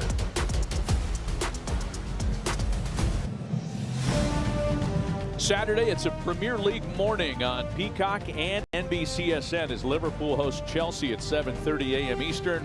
Then on NBC and Peacock, Man City takes on Brentford at 12:30 Eastern. Live Saturday on NBC, Peacock, and NBCSN. Big inning for the Blue Jays here. Heart of the order. Their biggest deficit of the afternoon, trailing 4-0. And a left-handed reliever who isn't necessarily used to multiple inning stints. Yet despite that, Taylor Rogers allowed to stick in the ball game to face Guerrero, Sanchez, and Sosa. Good take. 4-run lead. Sanchez on deck. You wonder if it would have been the same had the Twins not added on to the lead there, but also the short start. You're just piecing this kind of thing together as you're going along. If you're get as Derek many Shelton. as you can. Oh, that's a knock. And Guerrero's aboard for the first time this afternoon. That's kind of where he's been all year, just taking his base hits. You know he's going to hit for power at some point, but he was celebrating at first. He broke a bat first game of this series, hit a ball to a single to center. For a guy who's won the Derby, a guy who's done everything in the game that he's done, somewhat surprising for me to see him celebrating a single, but kind of maybe tells you where he's at. I mean, you're hitting 330. Hey, any hit you can get, but you know they're pounding him in right now, and once he figures this out, there's going to be nowhere in that strike zone that they can pitch him. I mean, he's got an 855 OPS, and we've talked about like he's struggling. Right. Just the bar has been set so Poor high. guy, half the league would love to be struggling that way. Lenin Sosa with a ball well hit out to right. And that's going to bounce around at the track. Oh, Sosa falls after getting around first base. They can't get it back in to get him. But now the concern is if Lenin Sosa's okay. I mean, he absolutely. That looked like that hurt. I beg your pardon, Jesus Sanchez. Sanchez really ate it coming around the bag at first. Wow. That looked like that hurt. It looked like he just got tripped up. Yeah. He wasn't trying to go back to first. No. I think sometimes right when you get around that bag, you're looking up to see if that fielder caught the ball or not, whether you're going to second where that ball hit. See, as he looks down, he kind of looks up and then it looked like his knee gave out. Gave out on him a little bit on that turn. Wise decision to go back to first too instead of at that point. A lot of times you'll see guys just, I should have had a double and just try and keep going. Yeah, but you're so in shock that this happened. It's like, where am I at? Yeah, he's testing it out down the line. Hopefully he's all right.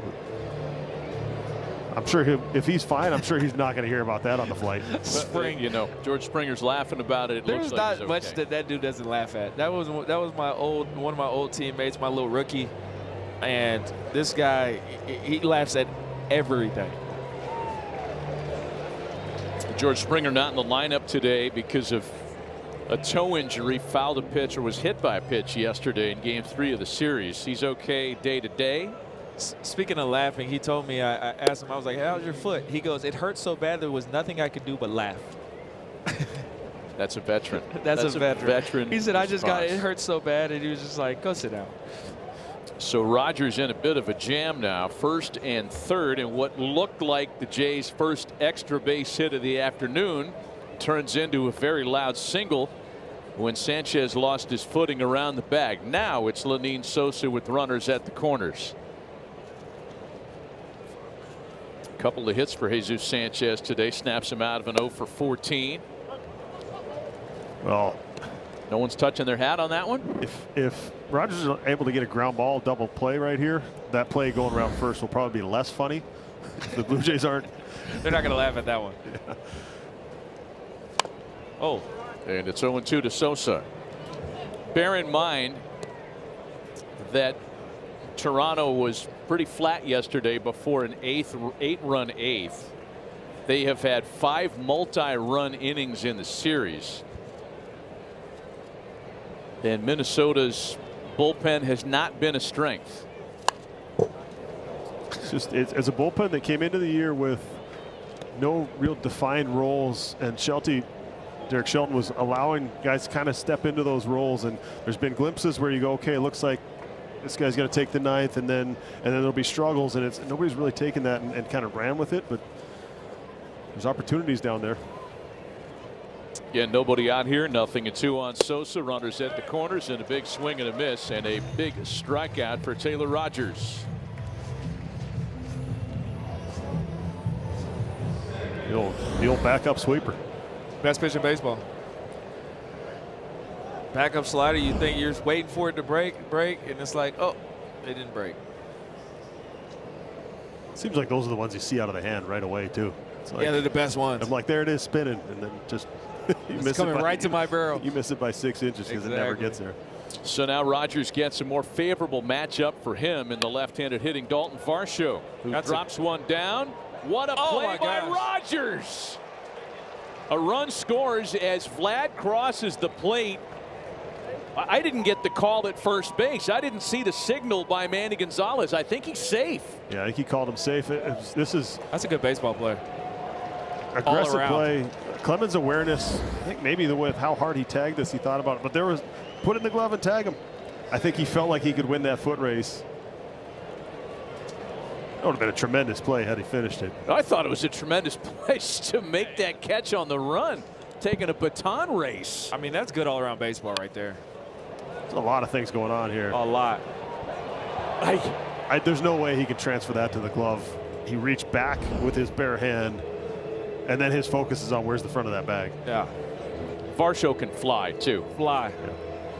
Lefty right there. Scored a run. It's almost like a safety squeeze. That's how the Blue Jays score their first run of the afternoon. Fire still hot with runners at first and second and one gone. Pete Mackey, the pitching coach, out for a conversation. And that play as a first baseman is almost impossible to defend first and third with a left-handed pitcher on the mound. You have to hang back. You have to wait to see if he's going to pick or if he's going to throw that ball home.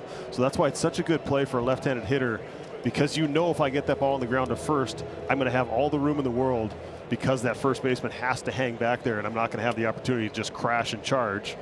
So it was a smart baseball play. You're right when you say a lot going on. Also, the decision by Varsho to drop down and try to get on base that way, right? He struggled against left-handed pitching. Now it's Ernie Clement.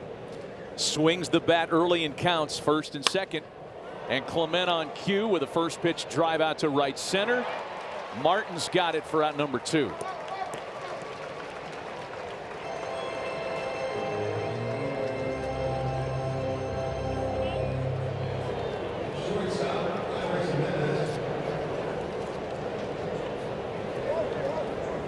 And now if the Jays are going to make this a multiple run inning, the likes of which we discussed earlier, Andres Jimenez will have to keep the line moving with 2 out. Hey, do it again. He's way back at first. Right? It's there. Jimenez second inning single. Hit by the pitch. Hate to see it. And had nowhere to go. It sounded like he got him on the elbow pad. That's why you wear them. That was loud. That was loud. And he tried to bunt his last time up. He was the one that put that weird spin on the ball, landed right next to the bag, and Cody Clemens made that good play. But spinner that There we go. You're right off the elbow pad. I'll tell you what, if no elbow pad right there, those are the ones that dig in your elbow. And the spin kind of stops and it just stops. sticks. It's like a drill. Those are the worst. Those will keep you out. You're like, I can't straighten my arm. Can't do it. There's a lot of things I don't miss. That's one of them. Oh, absolutely. That's why I stood so far at the plate. I'm too thin to get hit. Bases loaded now for Tyler Heineman. Heineman swings at the first pitch and hits a high fly ball out to left. Toronto will settle with 1 in their half of the 6th.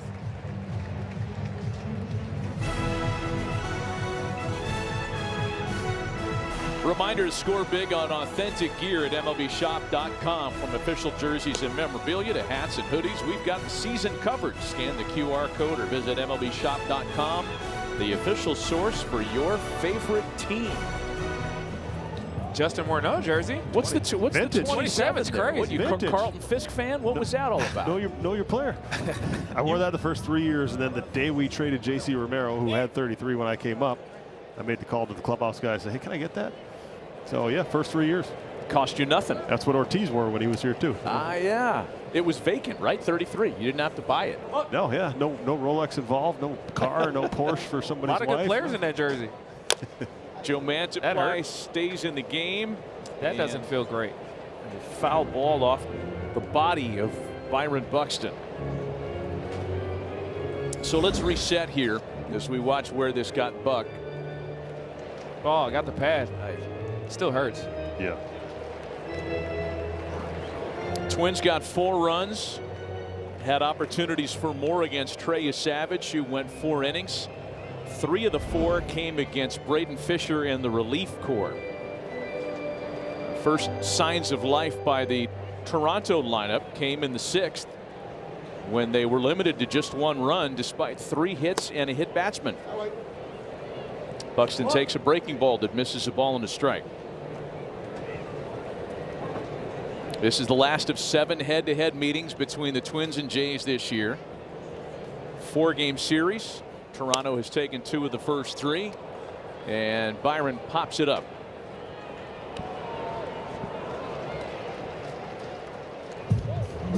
One away in the 6th.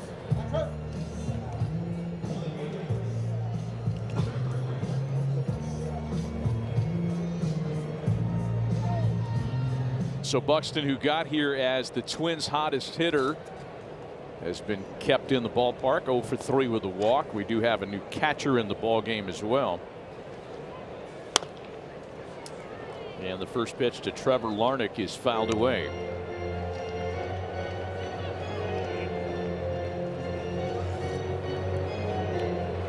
So a couple of changes. Brandon Valenzuela in for Heineman. Quick 0-2 count to Trevor Larnach.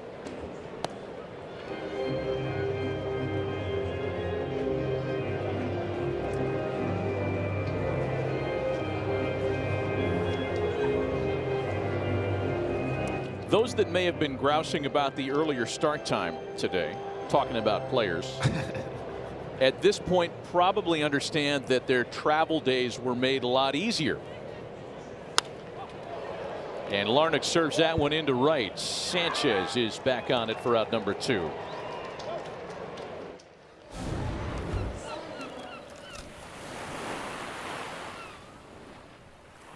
Taking a little breather. Corona. La Playa awaits. And before we can even talk about those travel days awaiting the Jays and the Twins, John Schneider is out to make a pitching change. Tommy Nance on his way into the ball game. We'll be right back. Tommy Nance, his journey to the big leagues began in Florida, hometown Jacksonville. Fans of the James Bond series certainly get the Aston Martin vehicle that we're driving him around in. To Toronto, where he was the 5th overall pick in the 2020 June draft, traded to Minnesota, and that former employer who he's lining up against with as a Twin these days, and he has been thriving, off to a very good start this year. And Martin is the first to face Tommy Nance, doing so with 2 out and the bases empty here in the 6th.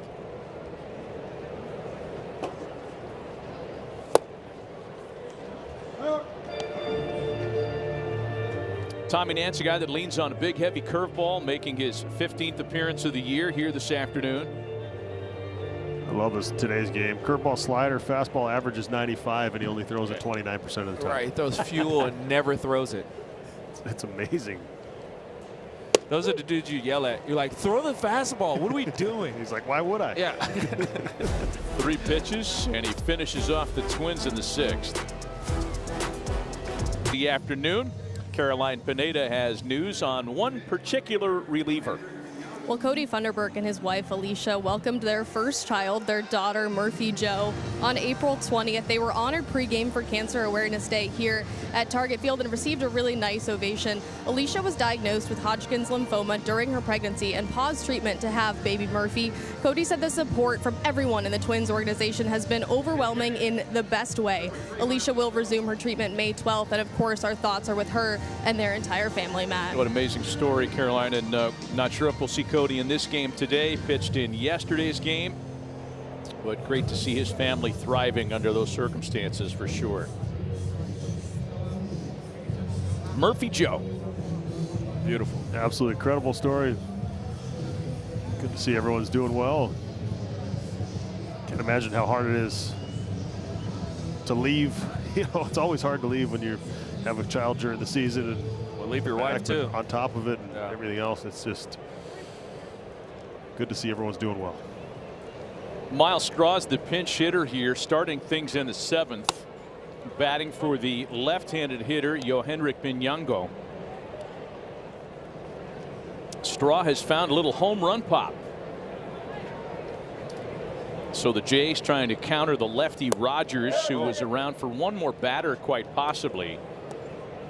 Because it's right-handed hitters up next, Okamoto and Guerrero, and that bullpen is hot. Both of them are hot. Wow.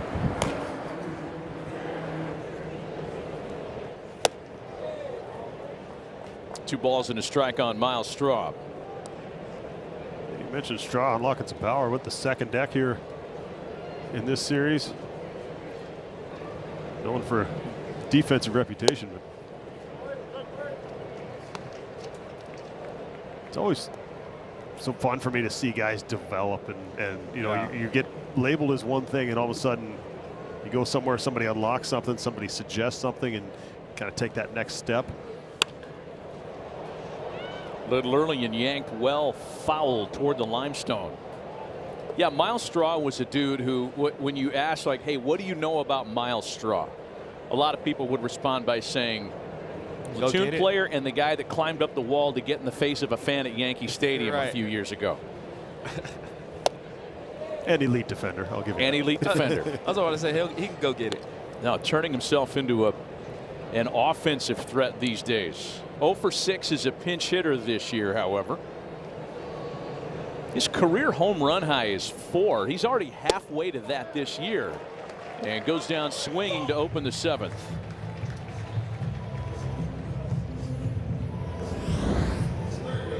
Just a sinker. Rogers understands where he's at in the game, what the score is. Walk right there would have been worst case scenario. Saw Eric Orsi up in the bullpen a moment ago, and it appears Derek Shelton is going to go his way for the toughest part of the Toronto lineup due up next.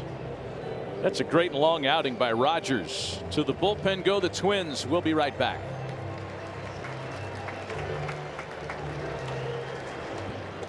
I didn't have Raj going.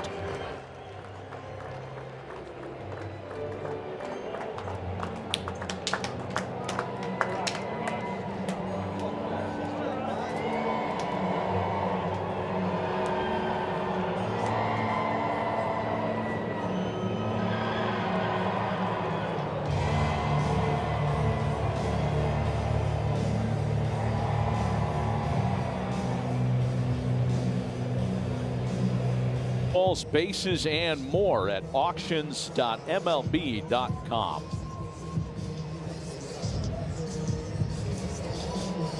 Eric Orsi is the new pitcher for the Twins, coming off a very good outing earlier in this series, in which he went a career high 2 1/3. It's going to be a lot of splits, occasional fastball, and then that slider right there. Split is his bread and butter. He's got to throw enough of the other pitches to get him off of that split, but he's working his way to try and get you out weak contact or swing and miss over the top of it. Kazuma Okamoto's been quiet today by standards of this series. 3 homers in 3 games. But so far this afternoon, 0 for 2 with the base on balls. Toronto's biggest opportunity to hang a crooked number on the scoreboard was in the 6th inning when they had 3 hits and a hit batsman, but translated it into only a single run. And Okamoto's late. 3-pitch strikeout for Orsi for out number 2. Oh, he went with the split below the zone. This one, I think, probably not in the part of the strike zone he wanted to throw it, but Right he got down the away middle. with it. And, hey, they don't ask how, it's just how many. Vladimir Guerrero Jr. has a base hit. He scored Toronto's only run of the game. It has been just a 2 for 15 series for the 5-time All-Star. And all this bullpen work made necessary by Joe Ryan's elbow injury. 2 at-bats into the game, Ryan was removed, and the Twins bullpen, which had not been a strength of late, has held up incredibly well this afternoon. See, that swing right there is a product of him getting thrown in every time. Pulled off of it a little bit, thinking it's in. Clear that front side. Clear the front side to let it eat. 0-2 from Orsi to Guerrero. His first non-strike. He's probably coming in right here. Carantini was in the other batter's box. Yeah, that was the, if we're throwing a breaking ball out here, we're making sure we're way out. Yeah.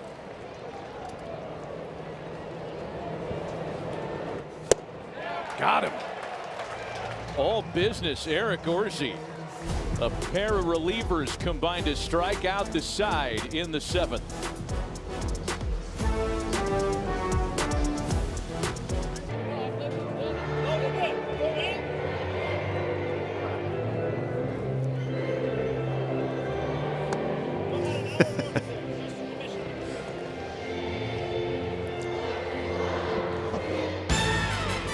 The 2 greatest words in sports, Game 7. Barnes and the Raptors, Mitchell and the Cavs. 1 game to advance, win or go home tonight, 7 Eastern on NBC and Peacock.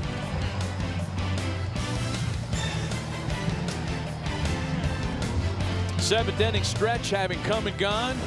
This is how we got to 4-1. It was in that bottom of the 5th inning when the Twins struck for 3 doubles.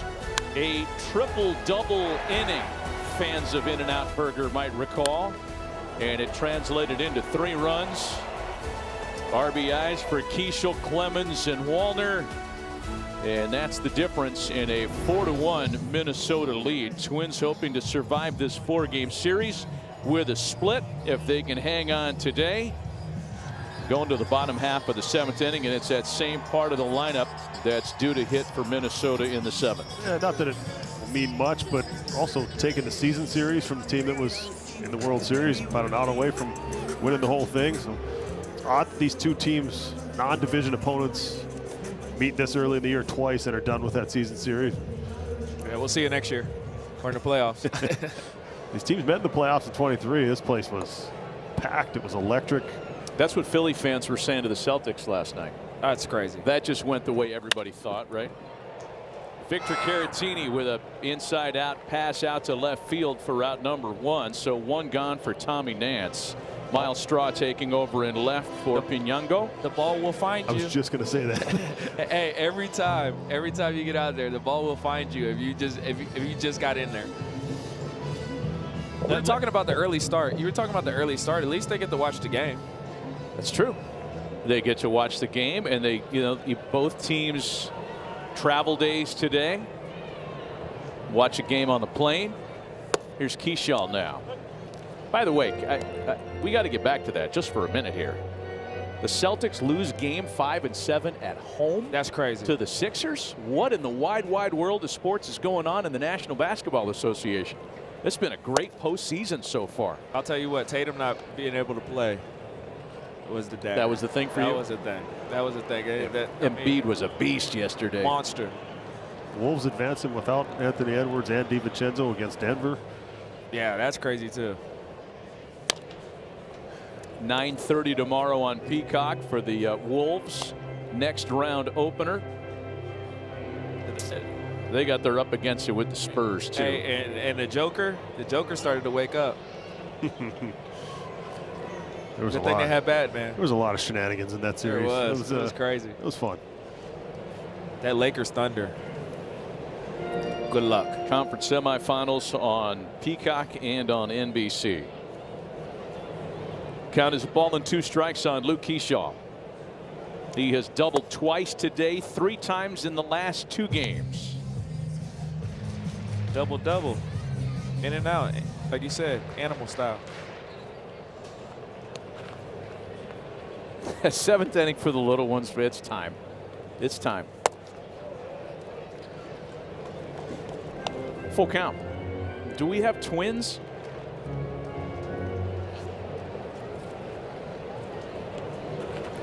Again, I love twins at the Twins game. Little things like that. Keyshaw rips another ball out to left. This one right at Miles Straw, who's been busy since checking in. 106. 106 off the bat. He's locked in. Woo. I'd say. Yeah, he's getting there. It's close. This is as good a contact he's made consistently throughout a game, maybe this year.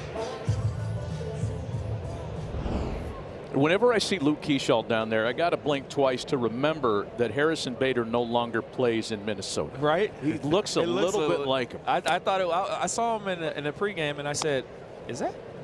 Just not as Bader's much, not here anymore. Easy way to tell them apart. Just not as much neon for Luke. Right. But man, we had Bader here for about half the year last year. I love Bader. Love the way he plays. I called him. I told him he was my teammate in St. Louis, and he rookie when he came up. And his name is Harrison Bader, and I used to call him Jaff. I said, "You don't look like a Harrison. I call you Jaff Bader." So he's in my phone as Jaff. I call when he knows, I text him Jaff. Counts 0-2 on Cody Clemens, who contributed with an RBI double in that run-scoring 5th. Some pretty loud outs against Tommy Nance in this inning. Oh my gosh! Look at that. He should braid that. A little braid at the end. He's got it tight up top. Possibly the 3rd Gibbons brother from ZZ Top. And a 1-2-3 7th, authored by Tommy Nance.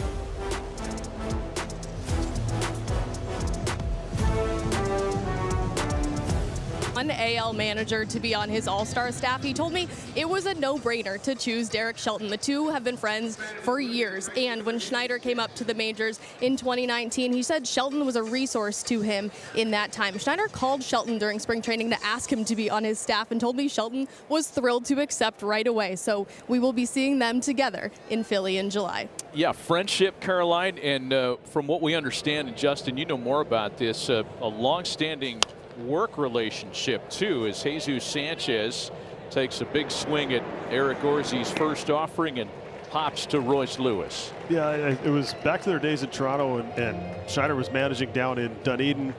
Shelty was up on the big league staff, and when you send your guys down, you want them to go to a warm weather place sometimes on a rehab assignment. So that conversation was constant between them, between Dunedin, between the big league staff in Toronto, and it all just kind of went from there. And it's amazing to me how close the manager fraternity is and how close those guys are. Even though you're competing, they still talk, and you know, one guy gets let go, they'll call and say, "Hey, Alex Cora, how you doing? You know, Topper, how you doing?" Whatever, and just because they've all kind of been through it. Every manager has been fired at some point. Too soon. But yeah, this has been a kind of a weird year in terms of the early dismissals for sure. Counts 0-2 on Lenin Sosa. I mean, if it's this early, like, you had to have an inkling in the offseason. You know what I'm saying? Like, it can't just come out like 2 weeks, 3 weeks into the season and say, "Hey, he gone." that leash was short from the start. It was short from the start. There were some thoughts behind that anyway. Cody Funderburg's up in the bullpen. We talked about Cody's feel-good story a little bit earlier today. And a breaking ball fouled away by Sosa. He chased well off the plate earlier in the game. I think saw Carantini set up outside and then reaching back towards the middle. Maybe fortunate that ball wasn't hit somewhere in the outfield. See if they try and expand out there even further this time. I don't think he's going to get his walk today. This is going to be the day? No, I don't think so. Getting closer. 1-2, looking for that first walk of the year. I feel like a split down and in here. You get him leaning. Maybe he thinks it's a fastball out of the hand.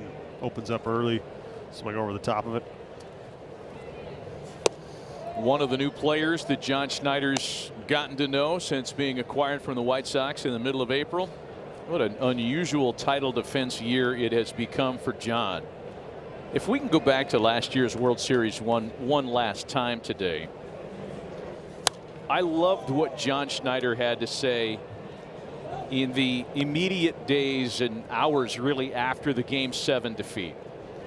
He publicly took issue with the way the series was characterized in the media, this Davey versus Goliath thing. And he was very quick to point out, look, this was no Davey versus Goliath. We're every bit as good as those guys. We lost a great World Series, could have gone our way, but as far as us being outmanned or out-talented, he took great exception to that. And I, as a guy with no skin in the game, was watching that as a fan saying, man, that's the kind of guy you want to play for. Yeah, for sure. And, you know, spending a little time with Toronto and seeing Schneid, I mean, this guy, he's a gamer. He wants to go in there every day. I don't care who they're playing against. They want to win, and he wants to figure out how to win the right way.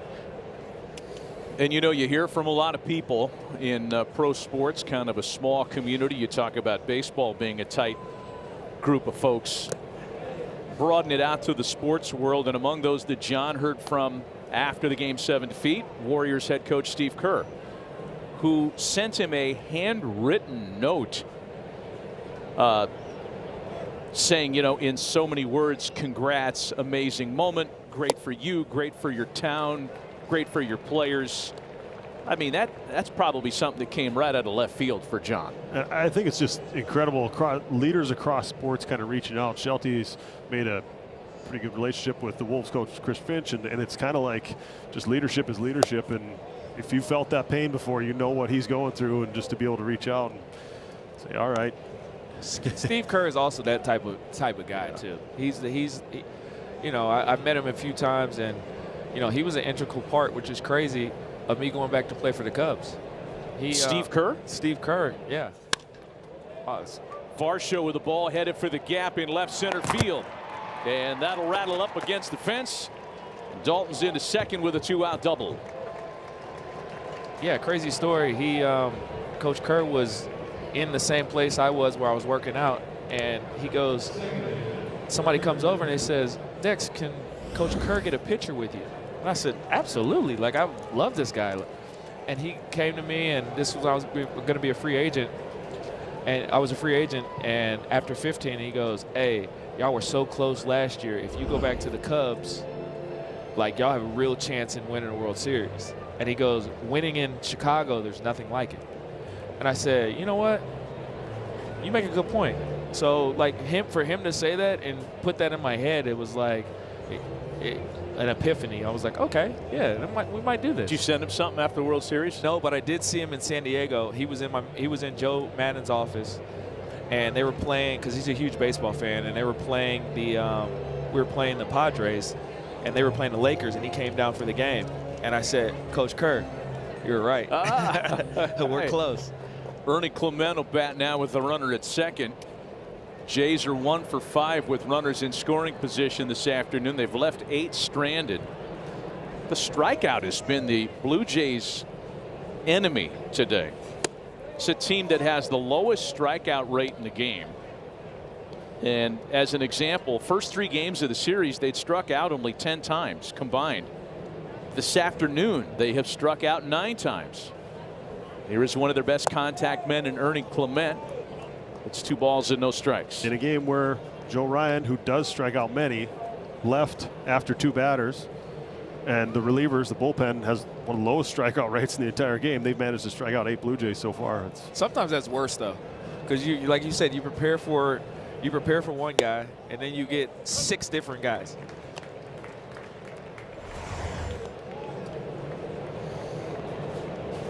little chase in there. That is part of their MO as an offense. They will swing early, they'll be aggressive, but they will chase as well. Got a left-handed hitter on deck for Toronto and a left-hander that's still up in the bullpen for Minnesota. So should there be any more canvas on this top of the 8th, we are likely to see another change. It's a hard guy to walk. 3-1 to Clement. And there's ball 4. They do it anyway. Auto take. I know, but I'll tell you one thing about Caratini. Like, when he wants the ball outside, he gets way out there. And we will be seeing a pitching change. Cody Funderburk is ready to go. He'll be summoned to face Andres Jimenez with 2 runners on and 2 away. We'll be right back. Out of the Twins bullpen this year, an earned run average just over 2, making his 16th appearance of the season here today. And he will be summoned to try to retire one man here in the 8th, and that's Andres Jimenez. And you might have been thinking maybe a chance for the Jays to pinch hit with a right-hander. George Springer getting the day off with the toe injury, likely not available, because if he was, we'd be seeing him here. Davis Schneider would have been the other option, but it's Jimenez against the left-hander. Only 5 for 29 against left-handed pitching, but he will have the at-bat regardless. A ball and no strikes. And Fundy's the walk rate higher than he would like, kind of falling behind some of these lefties who he really matches up well with. 1-1. When he's in the zone, he's got great extension, he's got movement on all pitches, he's got some deception in that delivery, but any big league hitter, you're behind 1-0, 2-0, they shrink that zone, it becomes that much more difficult. Broken bat up the line. Lewis does it himself to cool things off in the 8th. Still 4-1 Minnesota. Sunday Night Baseball is on Peacock and NBCSN tonight. The Rangers are in Detroit to take on the Tigers. Jack Leiter and Tyler Holton on the mound tonight on Peacock and NBCSN. Sunday leadoff's been a lot of fun today, and more fun being had by the home side in a 4-1 Twins lead. Jeff Hoffman on the 4th Toronto reliever to get into the box score today. They'll get the bottom of the Twins order. Lewis, Wallner, and Lee. Moved out of that closer spot recently. Louis Varland has kind of picked up the saves when they've been available, but trying to get him back on track. He's still been able to rack up a high strikeout rate, missed some bats, but falling behind in counts has been a problem. And Lewis breaks his bat.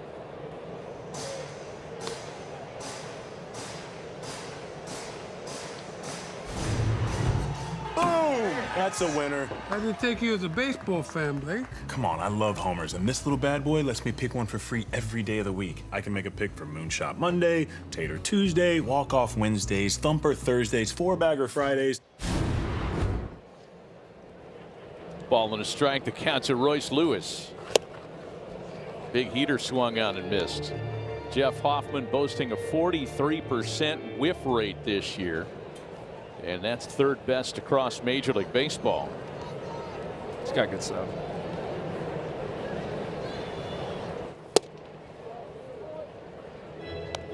Two and two.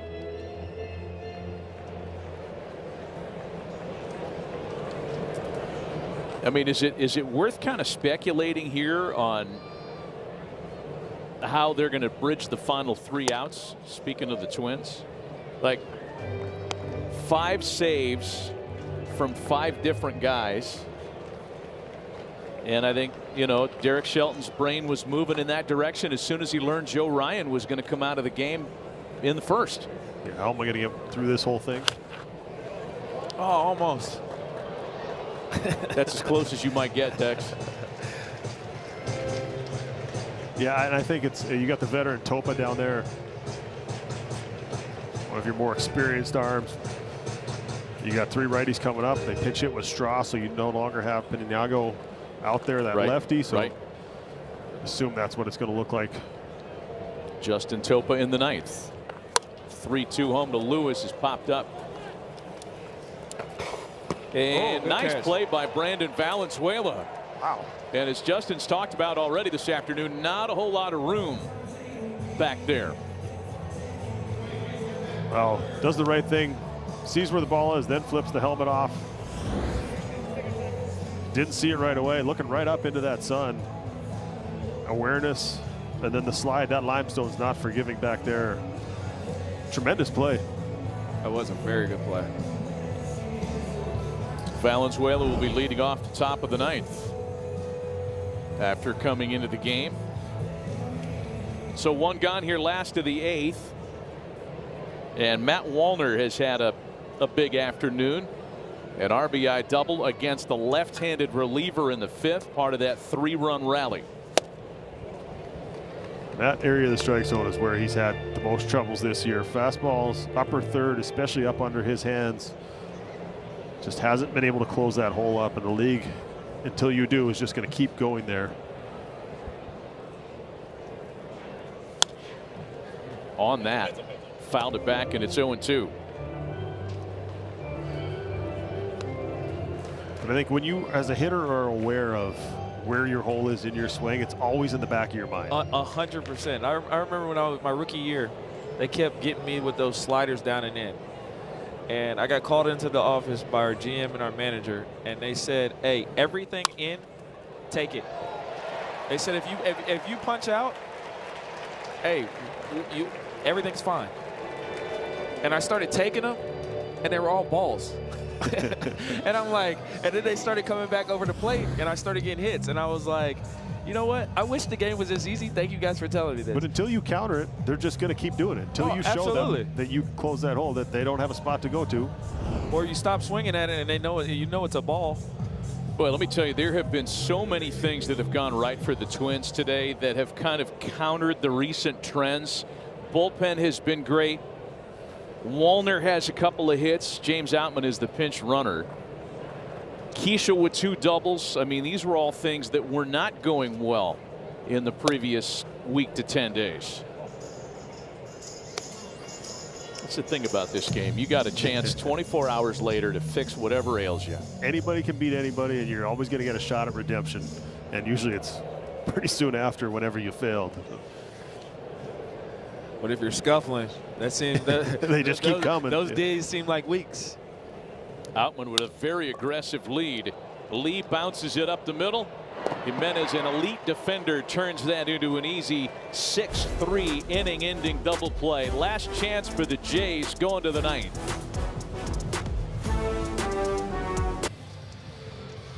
T-Mobile, America's best network, connects you to America's pastime. Twins bullpen has connected a lot of outs here this afternoon. Joe Ryan exited after just 2 at-bats, and it's been a steady stream of contributors. Andrew Morris was really terrific. Taylor Rogers with one of his longest career outings. Eric Orsi, and then Cody Funderburg. And the Twins are hoping that it ends right here with Justin Topa being given the opportunity to save it in the ninth. Your veteran arms down there that you're counting on. He's got the deception in his deliver, stepping right at the left-handed hitter, opens up, lets that ball run.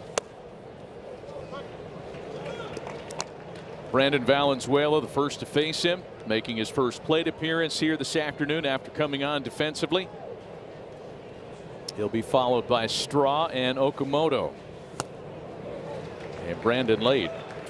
Even sitting up here watching as a left-handed hitter, and he steps towards you like that, you almost want to step out. Like, hey. Feels like he's jumping right at you. Right?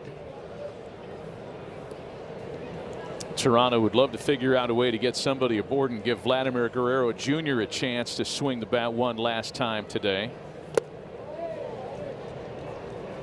Valenzuela's first major league homer came a couple of weeks ago in Toronto against the Twins. Hit one into the bullpen in this series as well. That's a pop in that bat. Trying to set the table here, down by 3. Soft liner handled by Keyshaw, and Toronto down to their final 2 outs today.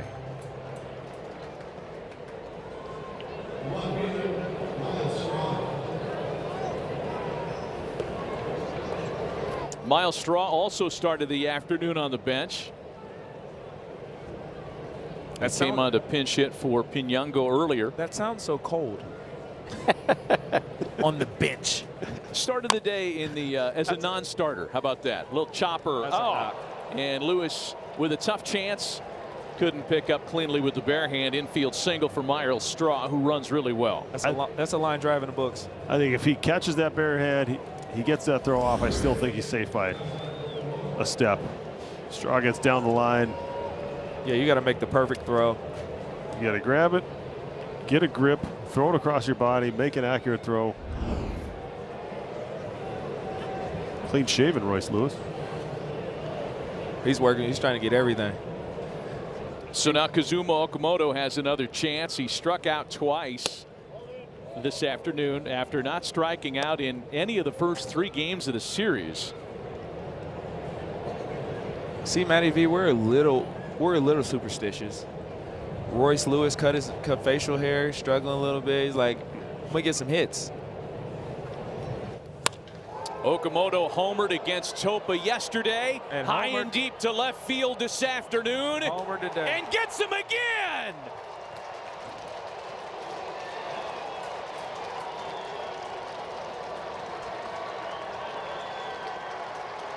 Just a little infield hit.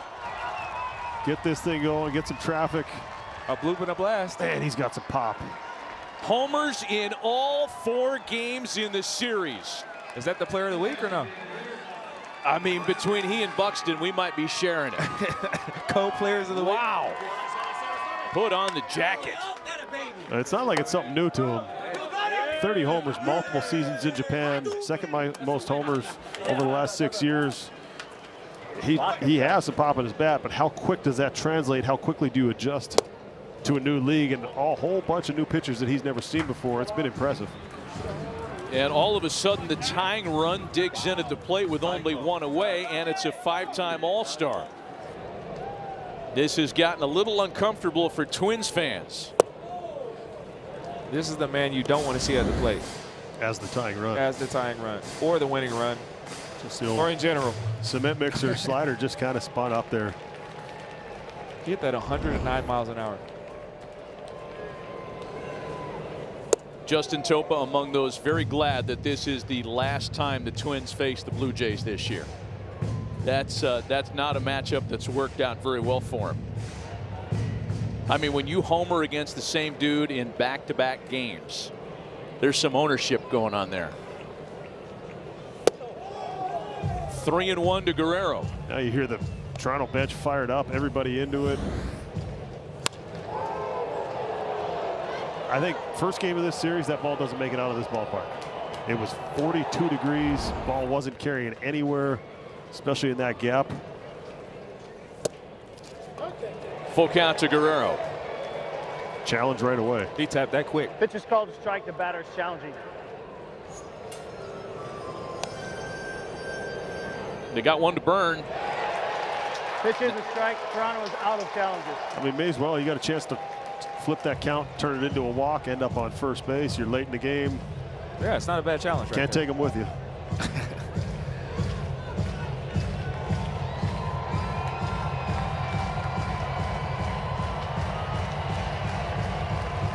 Unless, of course, he needs another challenge on the next pitch, but why not?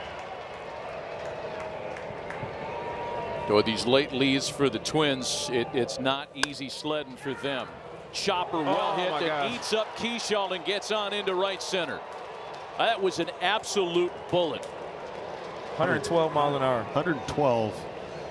But I think if Keyshaw had a chance to do this again, it's a one-handed play. I think once it hit that dirt, day game later, that infield dirt is dried out. It kind of picked up speed, but that's either a one-hand play, or if you're going to play it with 2 hands, you got to make sure you keep it in front of you.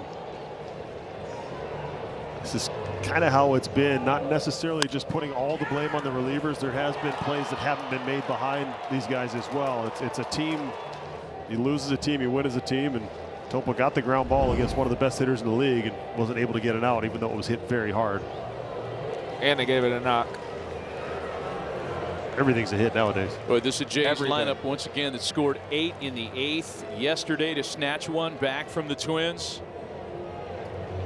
The 2-run homer by Okamoto has made it a 1-run game. Go-ahead run is at the plate now in the form of Jesus Sanchez.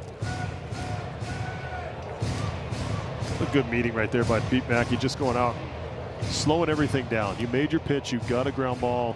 Let's reset. Let's figure out how we're going to get the next guy out. Now let's not get focused on what already happened.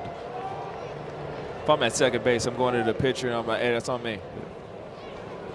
Sanchez has a couple of hits today. It snapped him out of an 0 for 14. Don't sleep on Vlad running, by the way.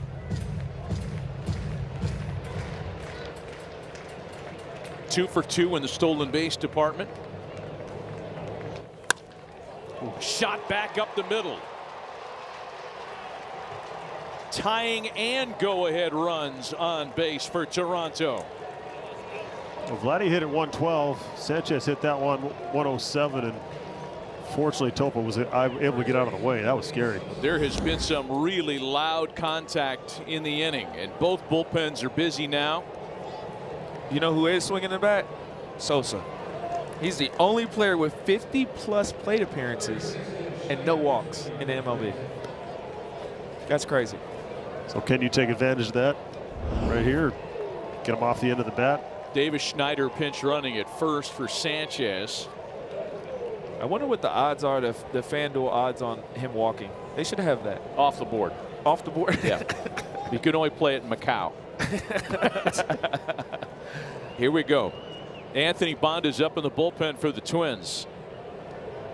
And Bonda was among those that didn't really enjoy the Saturday experience against the Toronto lineup. Fastball's in for a strike to Lenyn Sosa.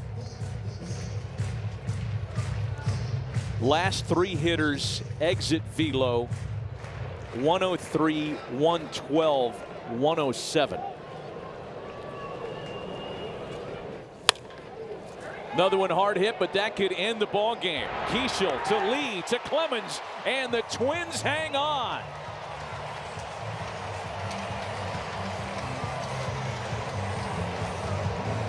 What a high wire act here in the 9th. Had it all the way. Never a doubt. Minnesota earns a series split. They hold on to a 1-run win despite a late 9th inning charge by the Toronto lineup that for a moment there looked like they were going to snatch it back once again. This is a tough decision for Keishel right here. Do I take it myself or do I flip it? And Ruxley does a nice job coming across and then making a good strong throw. What a job by the Twins bullpen though. Even though there was a little hiccup at the end, 8 2/3 innings, navigating that tough Toronto lineup for a series win, pretty impressive. Very impressive. Minnesota's first 1-run victory of the year, and they hung on by the skin on their teeth, as they say. The last team to win a 1-run game, and we'll talk to one of their heroes on this Sunday afternoon next on Sunday Leadoff.